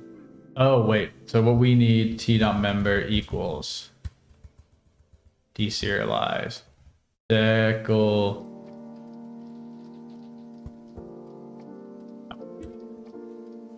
Yes, that is what we need. That's what we need. There we go. Deserialize returns. No, what does deserialize return? I'm not remembering the code that I was just... No, this is what we need. All right, that was incorrect. T.member. There we go. And then we need to slap a to-do on here. Worry about failure. Because right now this doesn't handle failure states. If any of these fail, we won't know, which isn't so good. But you know, that's it's whatever. It'll be fine. Yes. Yes. Yes. Okay. Decal serializer, that all works. So now we have a serializer and this shouldn't complain anymore. This is still complaining. Why is it still complaining? Assigning to float from incompatible type. We're not assigning to anything yet. Does it compile? Oh, it definitely doesn't compile. Data I equals, oh, that's in our in stream is broken. Where is that? Serializer 67. No. Serializer.hpp 67. Data I is in.read. Oh, in.read the data I because it expects a reference. No matching function call to read. that's another problem. That's probably because it's complaining that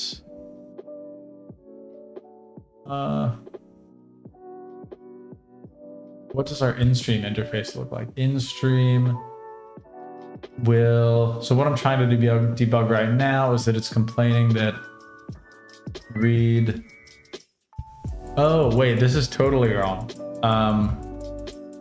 We want to read into some t, this dot read. And then what we want is, we want to assign a t as a reinterpret cast of the bits of that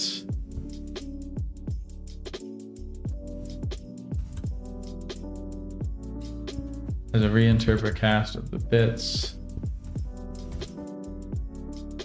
This is also evil, unholy stuff that you should not do.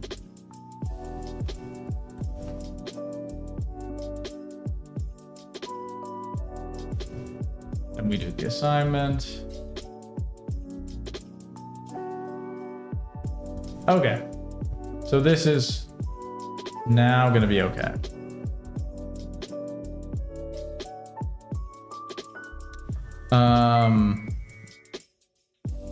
Yes, sorry, I was leaving chat up there. So basically what we're doing now is GAMEDEV serializers data. So we're just fixing the all of the serializers up, and now decal serializer doesn't complain, which is good. So decal serializer is now declaring a serializer and deserializer for the EC position type. The amount of people asking about NeoVim. Yeah, just so everyone, like, my editor is NeoVim. Maybe I should, I think I even included in the description of the stream, but my editor is definitely NeoVim.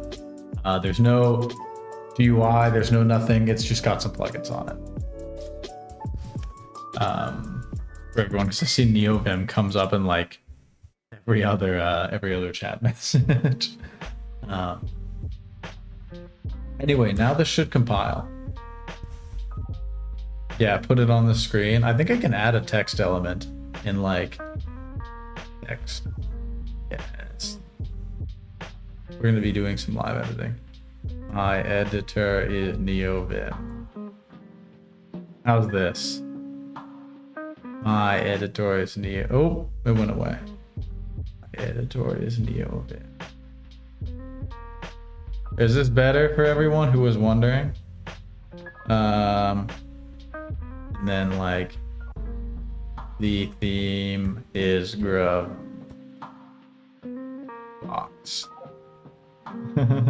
just so everyone knows.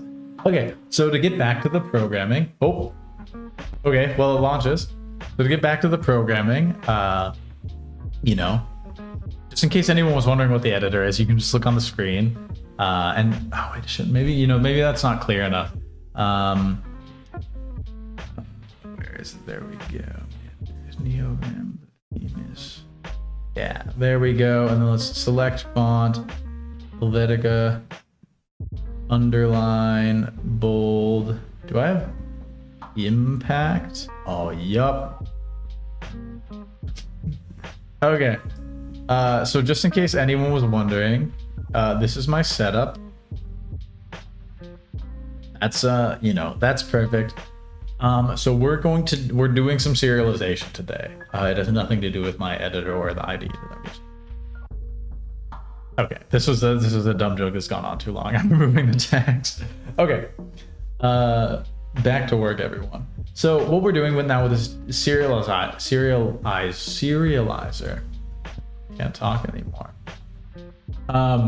is we're still trying to serialize this position component. And so now we need to look at the fields. I think I determined we want to serialize at least position, last pause, delta, and last tile.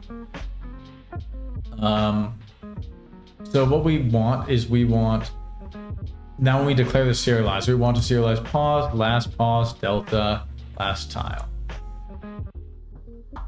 Right?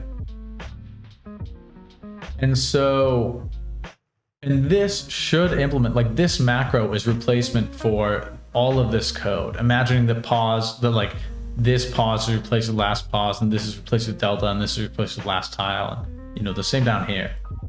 So our code is like much cleaner. So what we're gonna try and do now is use it. So we're gonna go to state game, and we're gonna see if we can serialize and get the same data back just into memory. So just in the main function here, we're basically just gonna like print something out. So we have, I think we have a player. Yeah, we have the player entity. So what we want,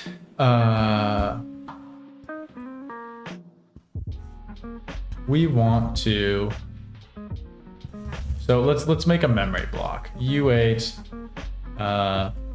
buffer 1024 bytes, right? And then we want to attach an outstream or a memory outstream to this buffer, like this.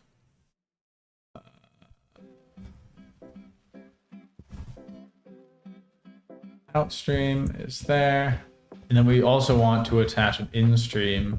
Well, we'll attach the in-stream later. Memory in-stream buffer size of buffer.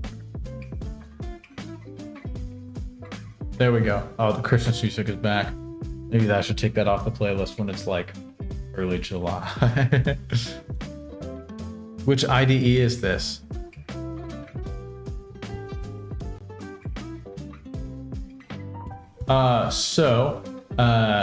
Serializer EC position dot serialize, and then we'll be serializing this player dot get EC position, and then we'll be serializing it to the outstream. And then similarly, yeah, I'm taking this down again.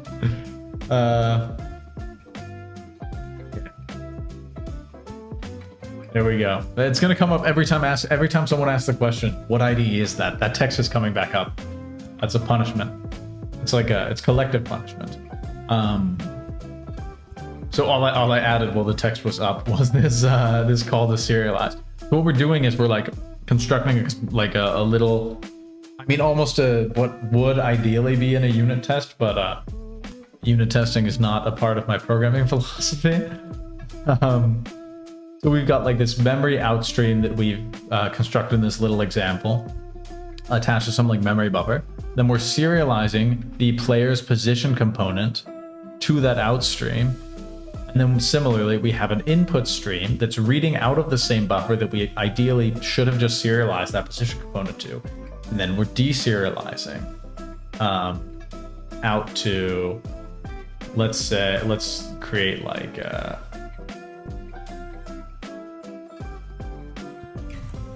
we're just going to create like the object to serialize out to in stream.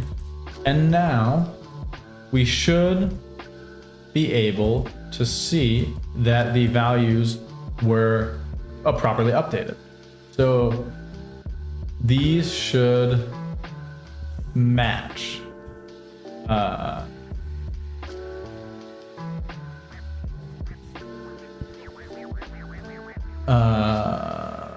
So the object that's going out is this player.get EC position, or like, let's name them A and B, just for the sake of this example. And B is the object, or B is like the move the object or whatever, right? Must auto. Or I mean, gosh darn it, sorry. This should be a family friendly stream. Okay. Anyway, so you can see what we're doing here. So we have A and B. A is what like we're expecting to come back once we deserialize things, and B is what we're actually getting back when we deserialize things. These two calls to log are going to we'll just like write out the data that we're serializing, or that like we're trying to serialize. So you can see this matches with the 4 fields up there that were declared in the serializer. Let's do this. .s a .b .g. Oh, it needs to be like that. Yep. Okay. So what we're gonna do now is we're gonna run this, and these 2 log lines should print the same data if everything is implemented correctly. Let's find out if everything works. It's gonna compile, I think. I don't think we're gonna get any errors.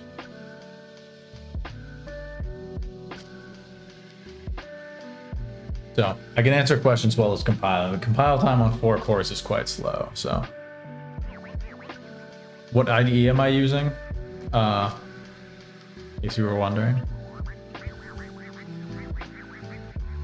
What theme is that? That's also the answer. Watch vids on how to set up NeoVim. Oh, I will actually be updating my dot files. I know that my vimrc is like super out of date.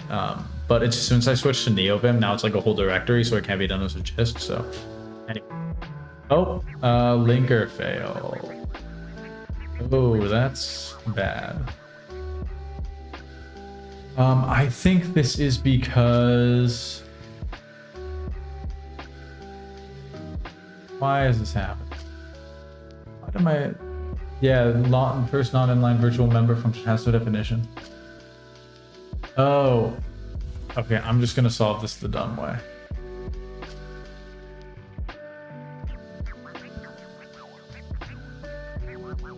We're just gonna do it like this.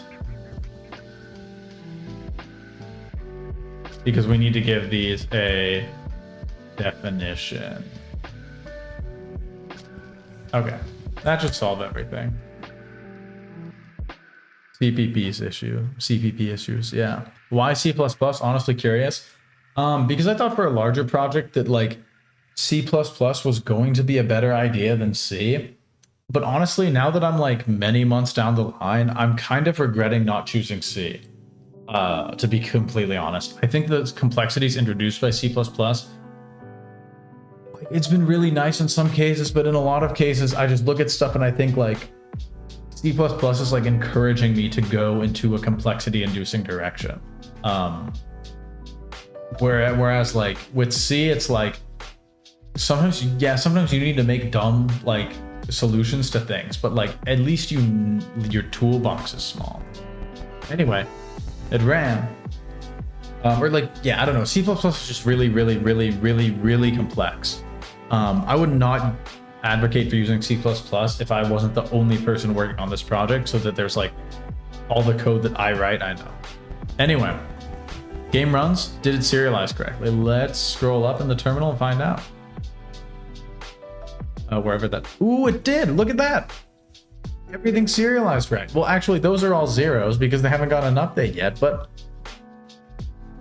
you know, there we go, chat. Everyone watching, boys, girls, and NBs. It works. This line is the serialized data that's getting serialized. This line is the deserialized data that's getting serialized. It's not even messing up the floating points, and everything is existing in this memory buffer that can easily be shipped out to a file somewhere, even compressed if we wanted to. So technically, I have reached the goal of serialization in the stream. But we're going to go one step further, and we're going to see if we can save it to disk and reload it. But anyway, thank you for all of your help, chat, with implementing this feature. Let's go on to file IO, which is going to be even more fun. The graphics are very beautiful, but why don't you use C#? C#, actually, I don't really have a defense for why I didn't choose C#. The defense that I'm going to go with, like the card that I'm going to pull out of my deck is like it's owned by Microsoft. But I think the compiler is open source and everything now. My like no C# reasoning is almost the same as my no C++ reasoning, which is it's too complex. But that kind of falls apart when, you know, I'm using C++ anyway. So Yeah, Microsoft be gone. Exactly. That's the vibe that I'm on. Why not mono? I mean, things can run on mono. Yeah. It's also C# is slower. Like people say C# is slower and Java is slower, but like they're not meaningfully slower. Also garbage collector. Oh, okay, that's sorry. I'm looking at my deck of like C# defense arguments of like why I'm not using C#. Garbage collector. There we go. I want to be able to manage my own memory. That's that. I forgot that one off the top of my head. That's also the reason. Well, the reason why I don't use Java actually is because it's not supported on like any platforms aside from PC or Mac. But yeah, you could always do Rust. Rust is the same thing as C++ of like a lot of complexity, and like my experience programming in Rust has just been like there's a like too much friction for it to be worth it for me to want to do a longer term project in it. You know what I mean? Like I just want to return to C. I've considered a few times throughout this project actually just porting the code base to C and just going from there, but you know.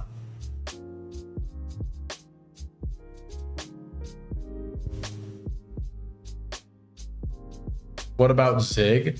Yeah, so someone else asked about Zig as well. I'm keeping an eye on Zig. I would have really loved to try it, but I follow the main developer on Twitter, Andrew Kelly, and he says that he would not, that Zig is not production ready yet. It's very close, but it's not production ready. I've tried. I think I have like some projects on my computer in Zig that I've like tried to implement like an entity component system and stuff like that. I like Zig. Like I like the philosophy behind it and the idea that it's this like what is it? I think I saw a talk that Andrew gave on it a while ago about like, I think he calls himself Andrew, the guy who makes it, or like the lead developer on Zig, where he talks about how like Zig is like C if you like fixed a bunch of like the silly stuff with it and made it actually make sense. Anyway, file IO time. So everyone be very happy again. The serialization is working in and out of a memory buffer. Now what we need to do is we need to wrap all of this in some file IO, like a file input output stream.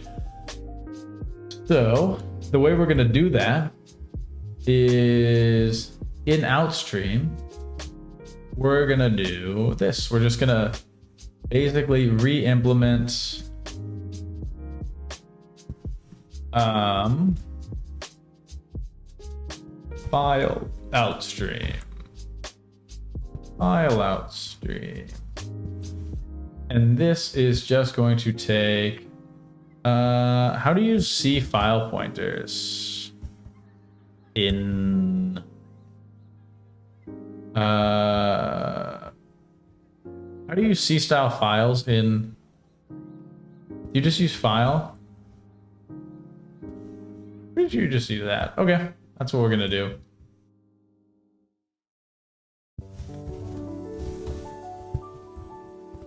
I know this is like sacrilege to use files. Oh, why do you use struct instead of class? I'm coming from C. I prefer my everything to default to public. Oh, did someone ask what my theme and editor are? This is your punishment. You know, 10 seconds of this on the screen. RAI time. Oh. Well, yeah, this is a little bit RAI time, and maybe I should write like a thin wrapper for file that's like move only and stuff like that, but yeah, you know, the file output stream is not going to worry about the file that it's outputting to. It only wants the file pointer. So we just want file, and write. Just going to write some data to the file. And then what we're going to do is, oh, I have a browser window down here, but for full transparency, because I don't know what I'm doing. Write bytes to file. What is the fastest way to write to a file in C? Maybe not the fastest, but I think what we want to do is this. stdf write.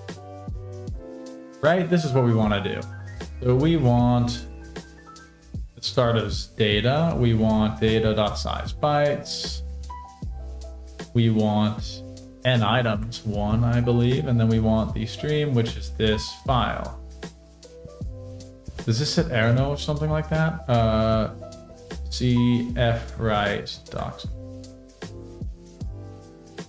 Fwrite CPP reference. There we go. Hey, hello. What are you doing? Just fwrite it all in there. That's the plan. What am I doing? I'm implementing serialization. Fwrite. Return value, number of objects written successfully. If an error occurs. Okay. So this is what we're going to do. If std fwrite is not 1, then we return an error. Get a better error message. Because we need to get a better error message. And that's all we're going to do, right? No OF stream? No OF stream. Don't really want to do... maybe I should just wrap OF stream. I don't know. Right now, we're just going to wrap C files. Maybe there will be something... maybe I'll wrap C++ streams later. Anyway, though, similar to our file out stream, we want... So this will be for completeness. We're going to say file output stream, very descriptive documentation. Now we want to implement the same thing in reverse, of course.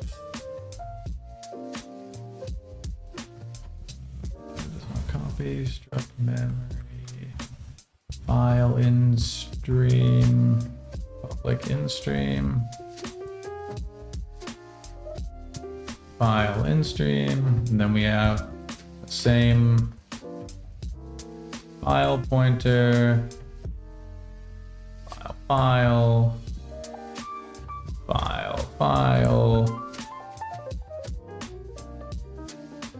What is your favorite font? Oh, this is somewhere in my Alacrity config that I don't want to bring up on stream because I don't know if it's going to show something that shouldn't be shown, but I forget what font this is. Usually I use Fira code, but this isn't Fira code because Fira code is nice because it has ligatures and Alacrity doesn't support ligatures. Just joined. What's being made? Serialization. No one asked me what my IDE is. That's a banned question. You will be shamed out of chat if you do it. Okay. Read. I think we need fread. Pointer size. Yep. So we basically want the inverse. Pointer size and n items 1. File stream. This file. And then I assume this returns the same, just in reverse. So this like file output stream shouldn't be used in the same way that these memory output streams and everything are be using, because like consistent or like persistent calls to fread and fwrite, like for every integer, every byte you want to write, are obviously massively inefficient. So, you know, but for now, this is fine. It's not like, maybe there should be a buffered file stream that only writes out when it's flushed and stuff like that. I mean, this is just me like defending myself from people in chat who are going to tell me that I'm doing this poorly, but this is all the coding on stream I can get done. But anyway, let's see fread. Fread, number of objects created successfully, which maybe, yes, exactly. Okay, perfect. So this is the proper code then. We want to make sure that everything's equal to 1 and that it's reading the proper number of bytes into that iter. So back here, state game dot. Now that we have our file input and output streams, what we're going to do is auto file. So we're going to replace these memory input streams and output streams with file input and output streams. Fopen what are we f opening? Test dot some file extension.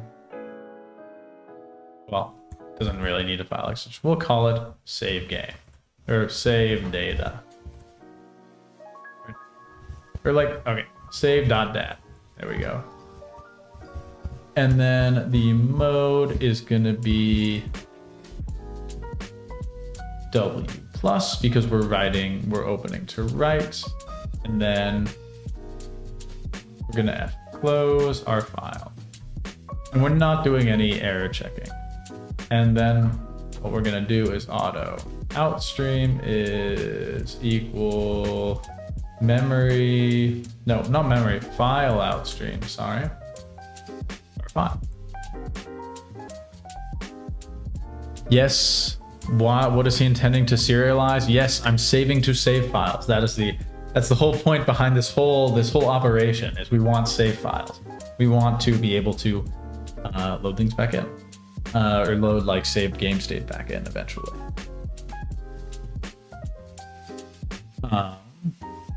So then we have file, fopen, outstream, serialize. Okay.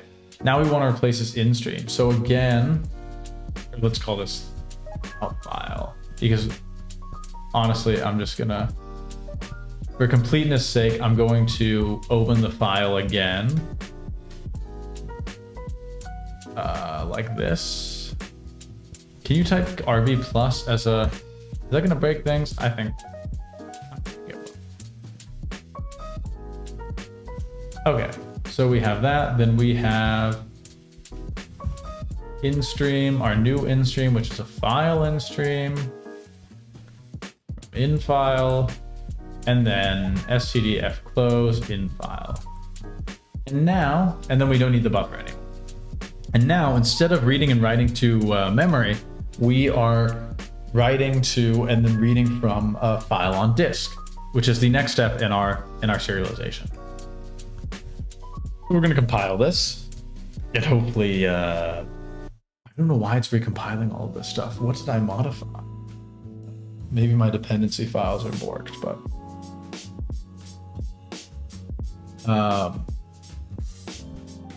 So ideally, we're going to get the same thing that we got last time. If everyone in class was paying attention, we're going to get the same thing that we got last time, which is these two log lines are going to print the same thing because the data that we've serialized out and what we've read back in from the disk should be the same.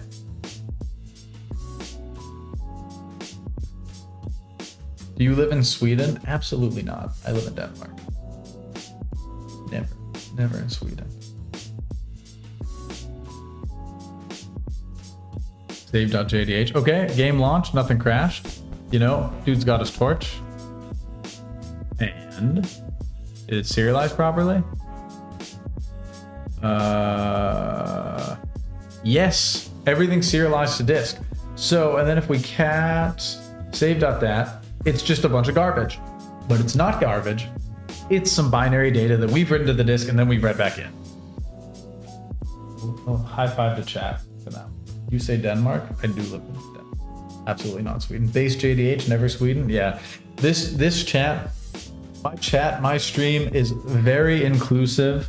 You know, very friendly to all LGBT people from all walks of life, all corners of the world except for Swedes. No Swedes in my chat.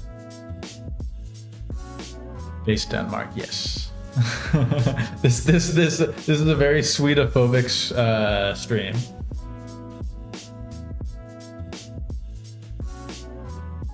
Anyway, so now we have, even though I just cleared it out,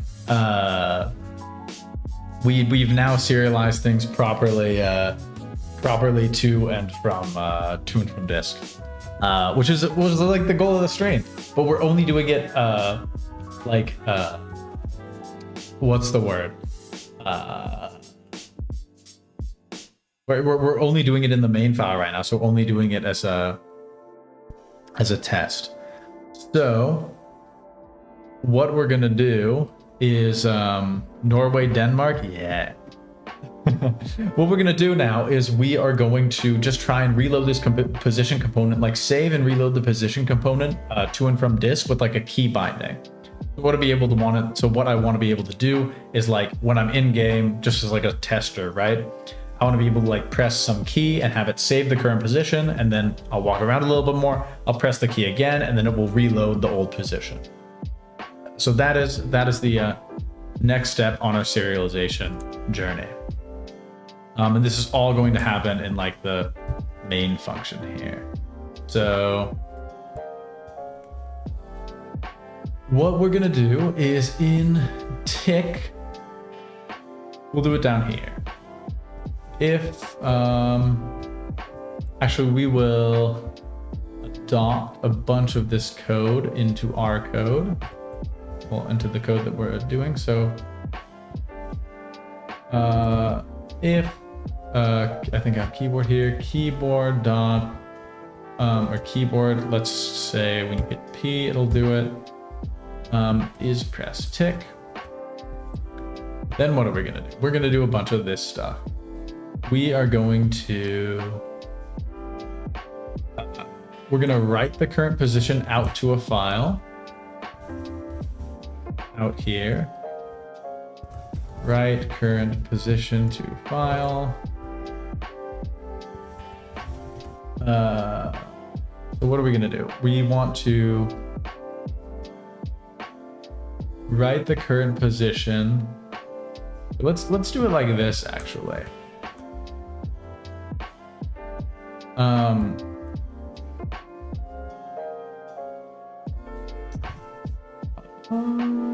Write current position to file. How do we order this?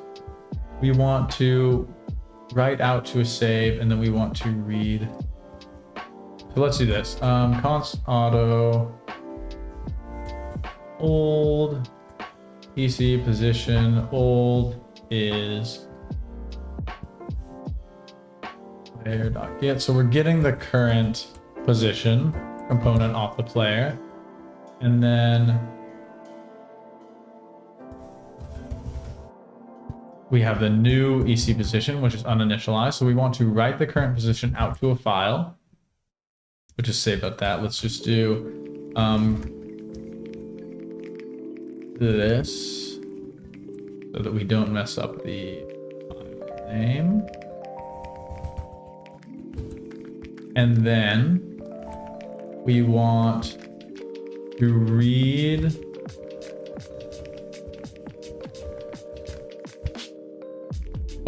okay, we actually want to do it in a different order. We want to read old position if file exists. So how do you check if file exists? C, check if file exists. Again, going straight to Stack Overflow for completeness sake. Access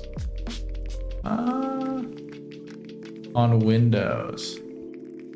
Stat, do we use stat?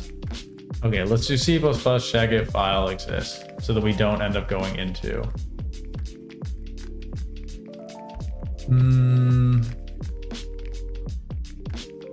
I don't want any of this. Oh, we have, yes. Okay, this is what we're doing. Oh, don't I have like a files module? File. Yes, I do. Okay. Okay, we're relying on some old code that I've written. I think you can use assert std file system exists. Yes, exactly. So if the file exists, then we're going to read the old position into this, and then what we're going to say is this player dot we're going to replace the existing. I don't know that I've actually tried this on my ECFs, but hopefully it will work. We're going to replace the existing position component with the new one.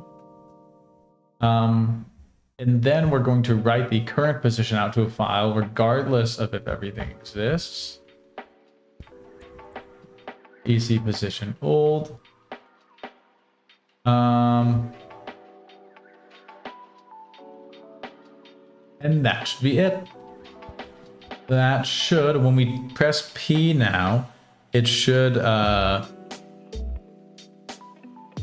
it should save to disk the current position and try and read from disk the old position. let's see how well that works.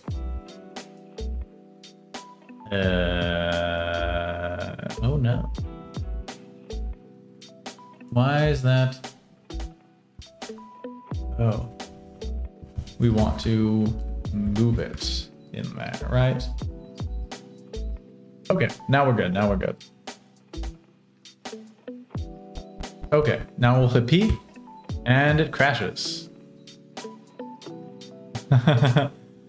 Okay. That's because we need to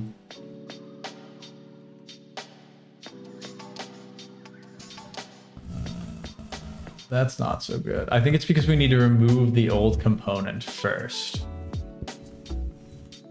You know, you can't just replace components. Remove returns void. Oh, this shouldn't do that. Remove component. I think we actually want to... Yeah, we want to return the old one. On component destroys, easy. Okay. Return...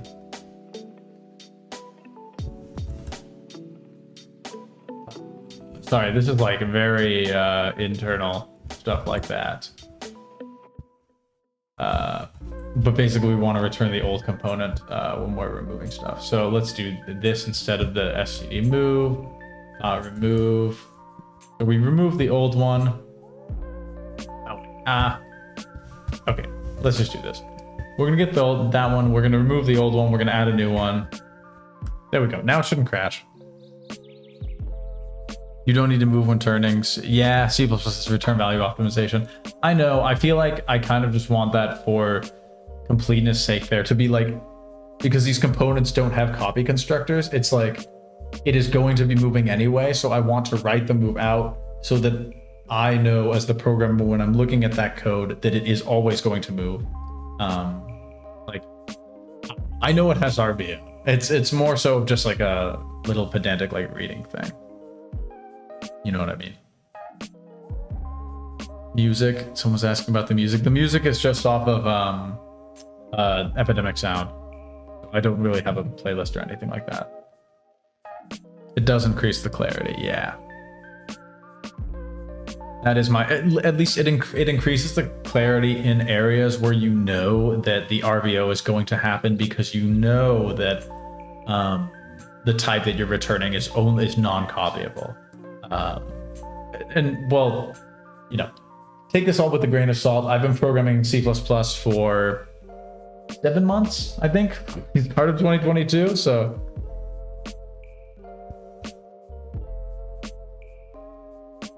How many years of CPP experience do you have? Well, that's your answer. Yeah, to all of you out there watching me program in C++ and being like, maybe I could learn something.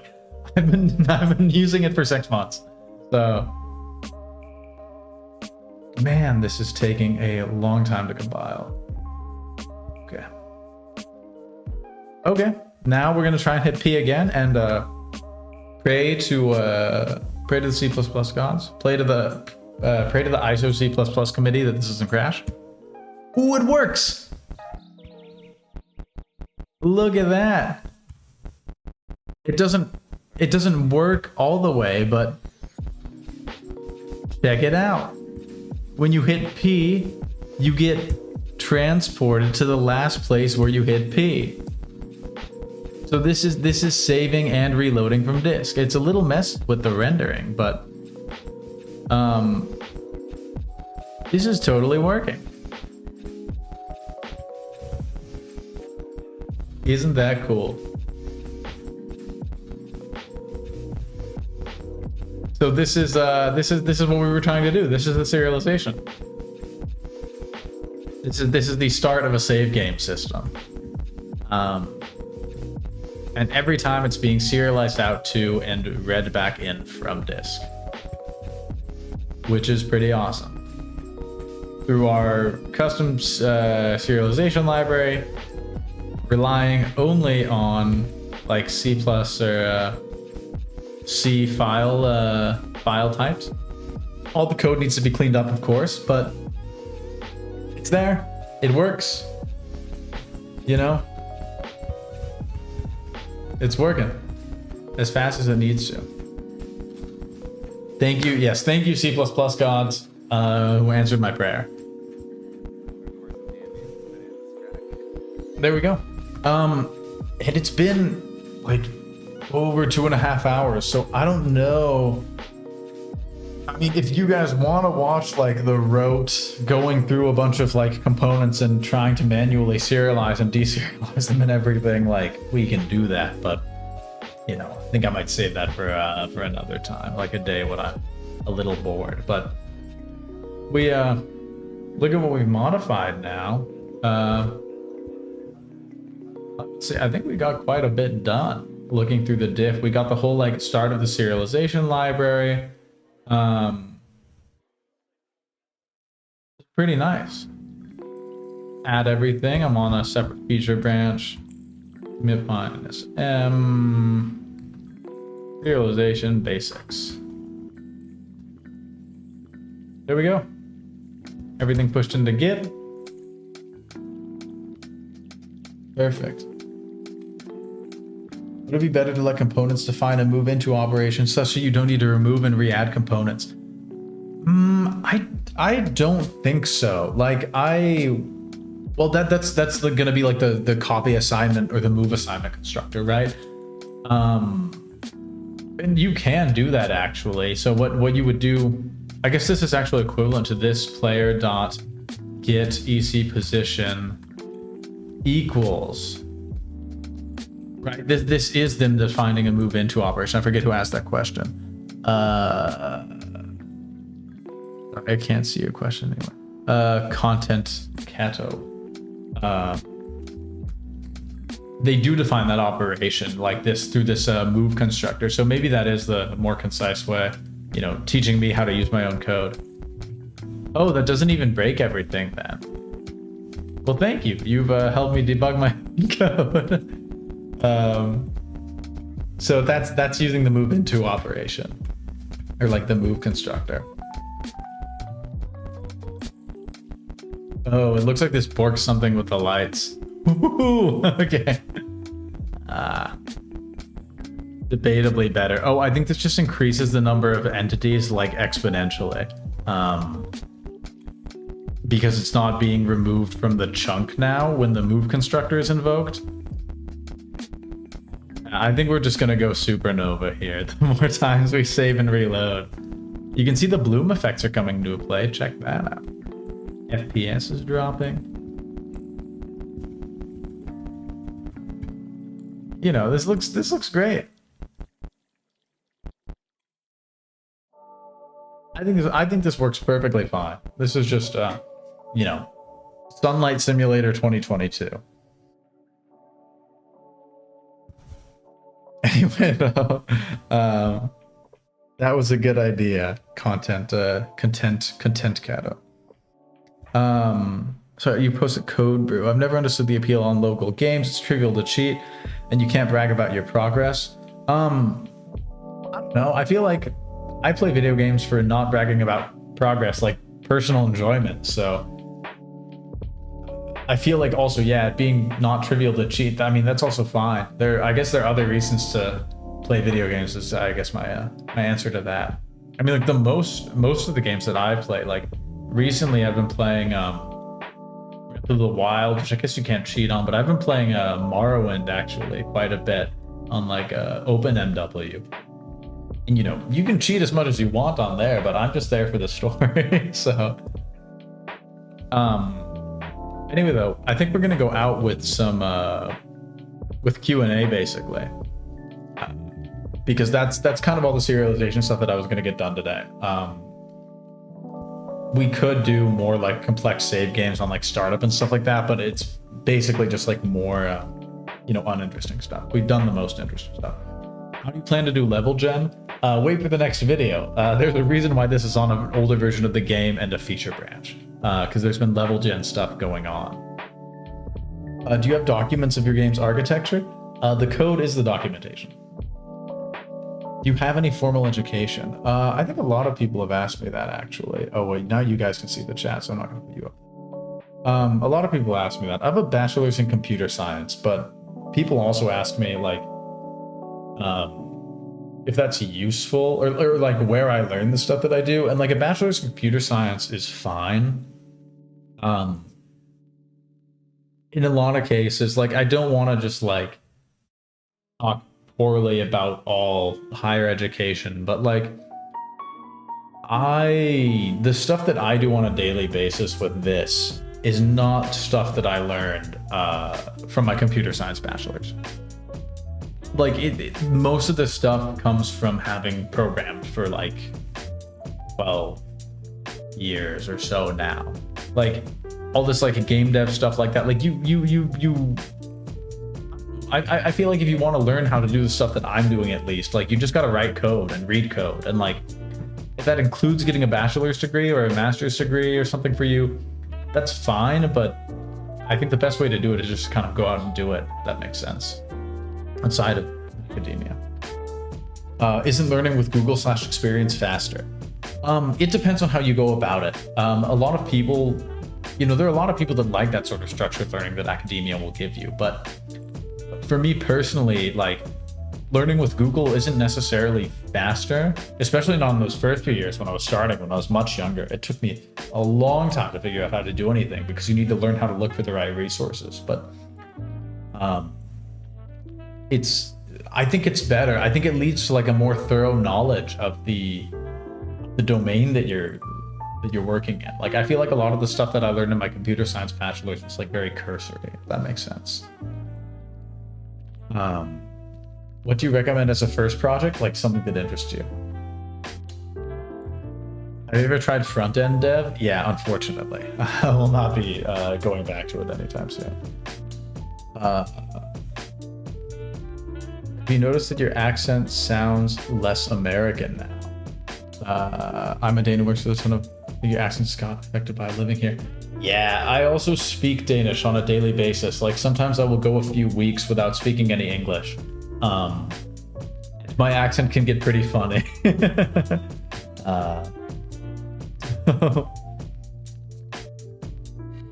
What kind of math have you applied for your engine? I use a math library. It's called GLM. I can highly recommend it. That's the other reason why I'm using C++ over C. I can't really deal with the fact that there's no operator overloading for struct types in C. It makes vector math so much easier to read in C++. Yeah, full golden flow. Yes, exactly. What resources do you use for learning how to make games? I just read a bunch of code, and I've tried like a bunch of different stuff. So I don't know. There are also a bunch of other like really fantastic game dev YouTubers out there. That can give you a bunch of ideas, especially those that go like a little more in depth with their own code.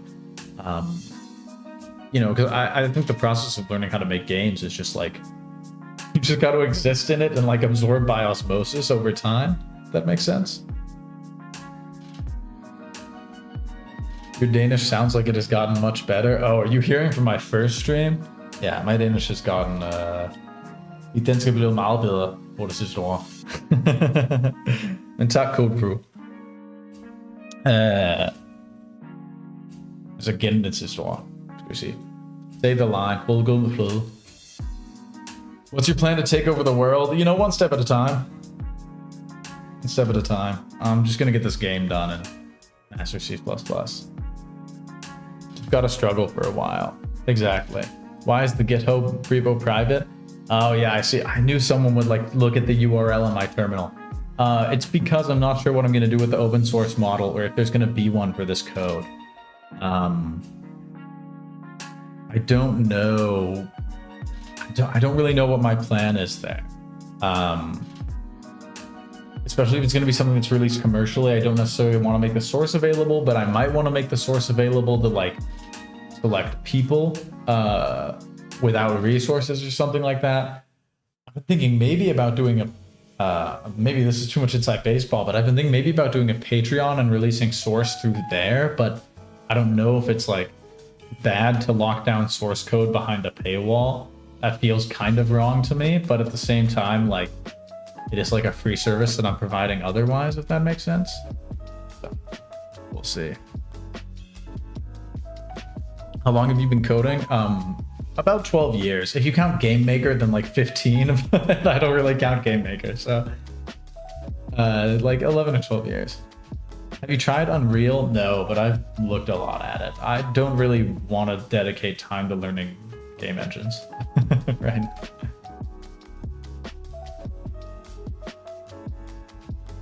Have you messed around with OpenAI's Playground? No, I haven't. Oh, also like in the realm of OpenAI's Playground, I also haven't messed around with GitHub Copilot. The only stuff that I've seen with it is that it can write a lot of garbage code and it copies code directly out of GitHub repos which don't have an appropriate license for that code copying, which is bad. So. What other languages do you know? Like programming languages? No is a really strong word. I'm just gonna say C. Yeah. Actual languages? I don't speak any other than English and Danish. You create your own art for your games. Yes. It's fine because it's AI. It is absolutely not fine because it's AI. That's not an excuse. Like, I don't think that, I really hope that excuse won't hold up in court. You planning on making a setup tour? I could at some point. Maybe like I'm also been thinking, in addition to like the meta thinking about the channel, I'm thinking about changing my logo, maybe starting a Patreon, and also maybe doing a second channel for like a setup tour, or like me talking about all of my like NeoVim plugins for an hour or stuff like that, that I wouldn't want to put on my main channel, but like some people might find interesting. Or like when people ask me about like, oh, how do you use NeoVim and CLang on Mac or Clang or whatever, you know, I could direct them to a video. I know the basics of C. How can I get better? Program more. What IDE do you use? Where is it? There we go. Oh, wrong camera angle there. All right. I think, yeah, my logo is perfect. Don't change it. Wait, I need to copy that over here just so no one asks. There we go. I want to change my logo to something that's not just like could be copyright claimed by like a certain company that owns the font or something like that, you know. I also want to make it something maybe more unique. Anyway though, I think that's going to be it for the stream. We've reached almost 3 hours, so thanks everyone for tuning in. I'm hoping to stream a lot more this summer and in like the coming months. Just more of these like, okay, I'm gonna remove this text. I'm hoping to stream a lot more in the coming months, and you know, get a little more comfortable with pair programming with 500 people watching over my shoulder. Because I think it's a, you know, it's a fun way to interact with you guys. It's a fun way to not really to get work done. Like, I won't say this is the most efficient coding I've ever done, but it's enjoyable for me at least. So anyway, oh yeah, the dab emoji. Oh yeah, please spam dab emojis in the chat as a farewell to me and your fellow chatters. I don't actually know how to make the dab emoji myself. I think it's like the arm cough, so I'm just gonna copy it. Elbow cough? Oh, that's, wait, how do you do it? You just say elbow cough? Is it clear that I'm like, am I out of touch? Elbow. Oh, there we go. Oh, but you can't like copy it. You need to like actually type the emoji. There it is. Anyway, dab emojis on the chat. I will see you all next time. Thank you very much for tuning in. It was a really fun stream. I hope you learned something looking at my macro garbage, and I'll see you next time.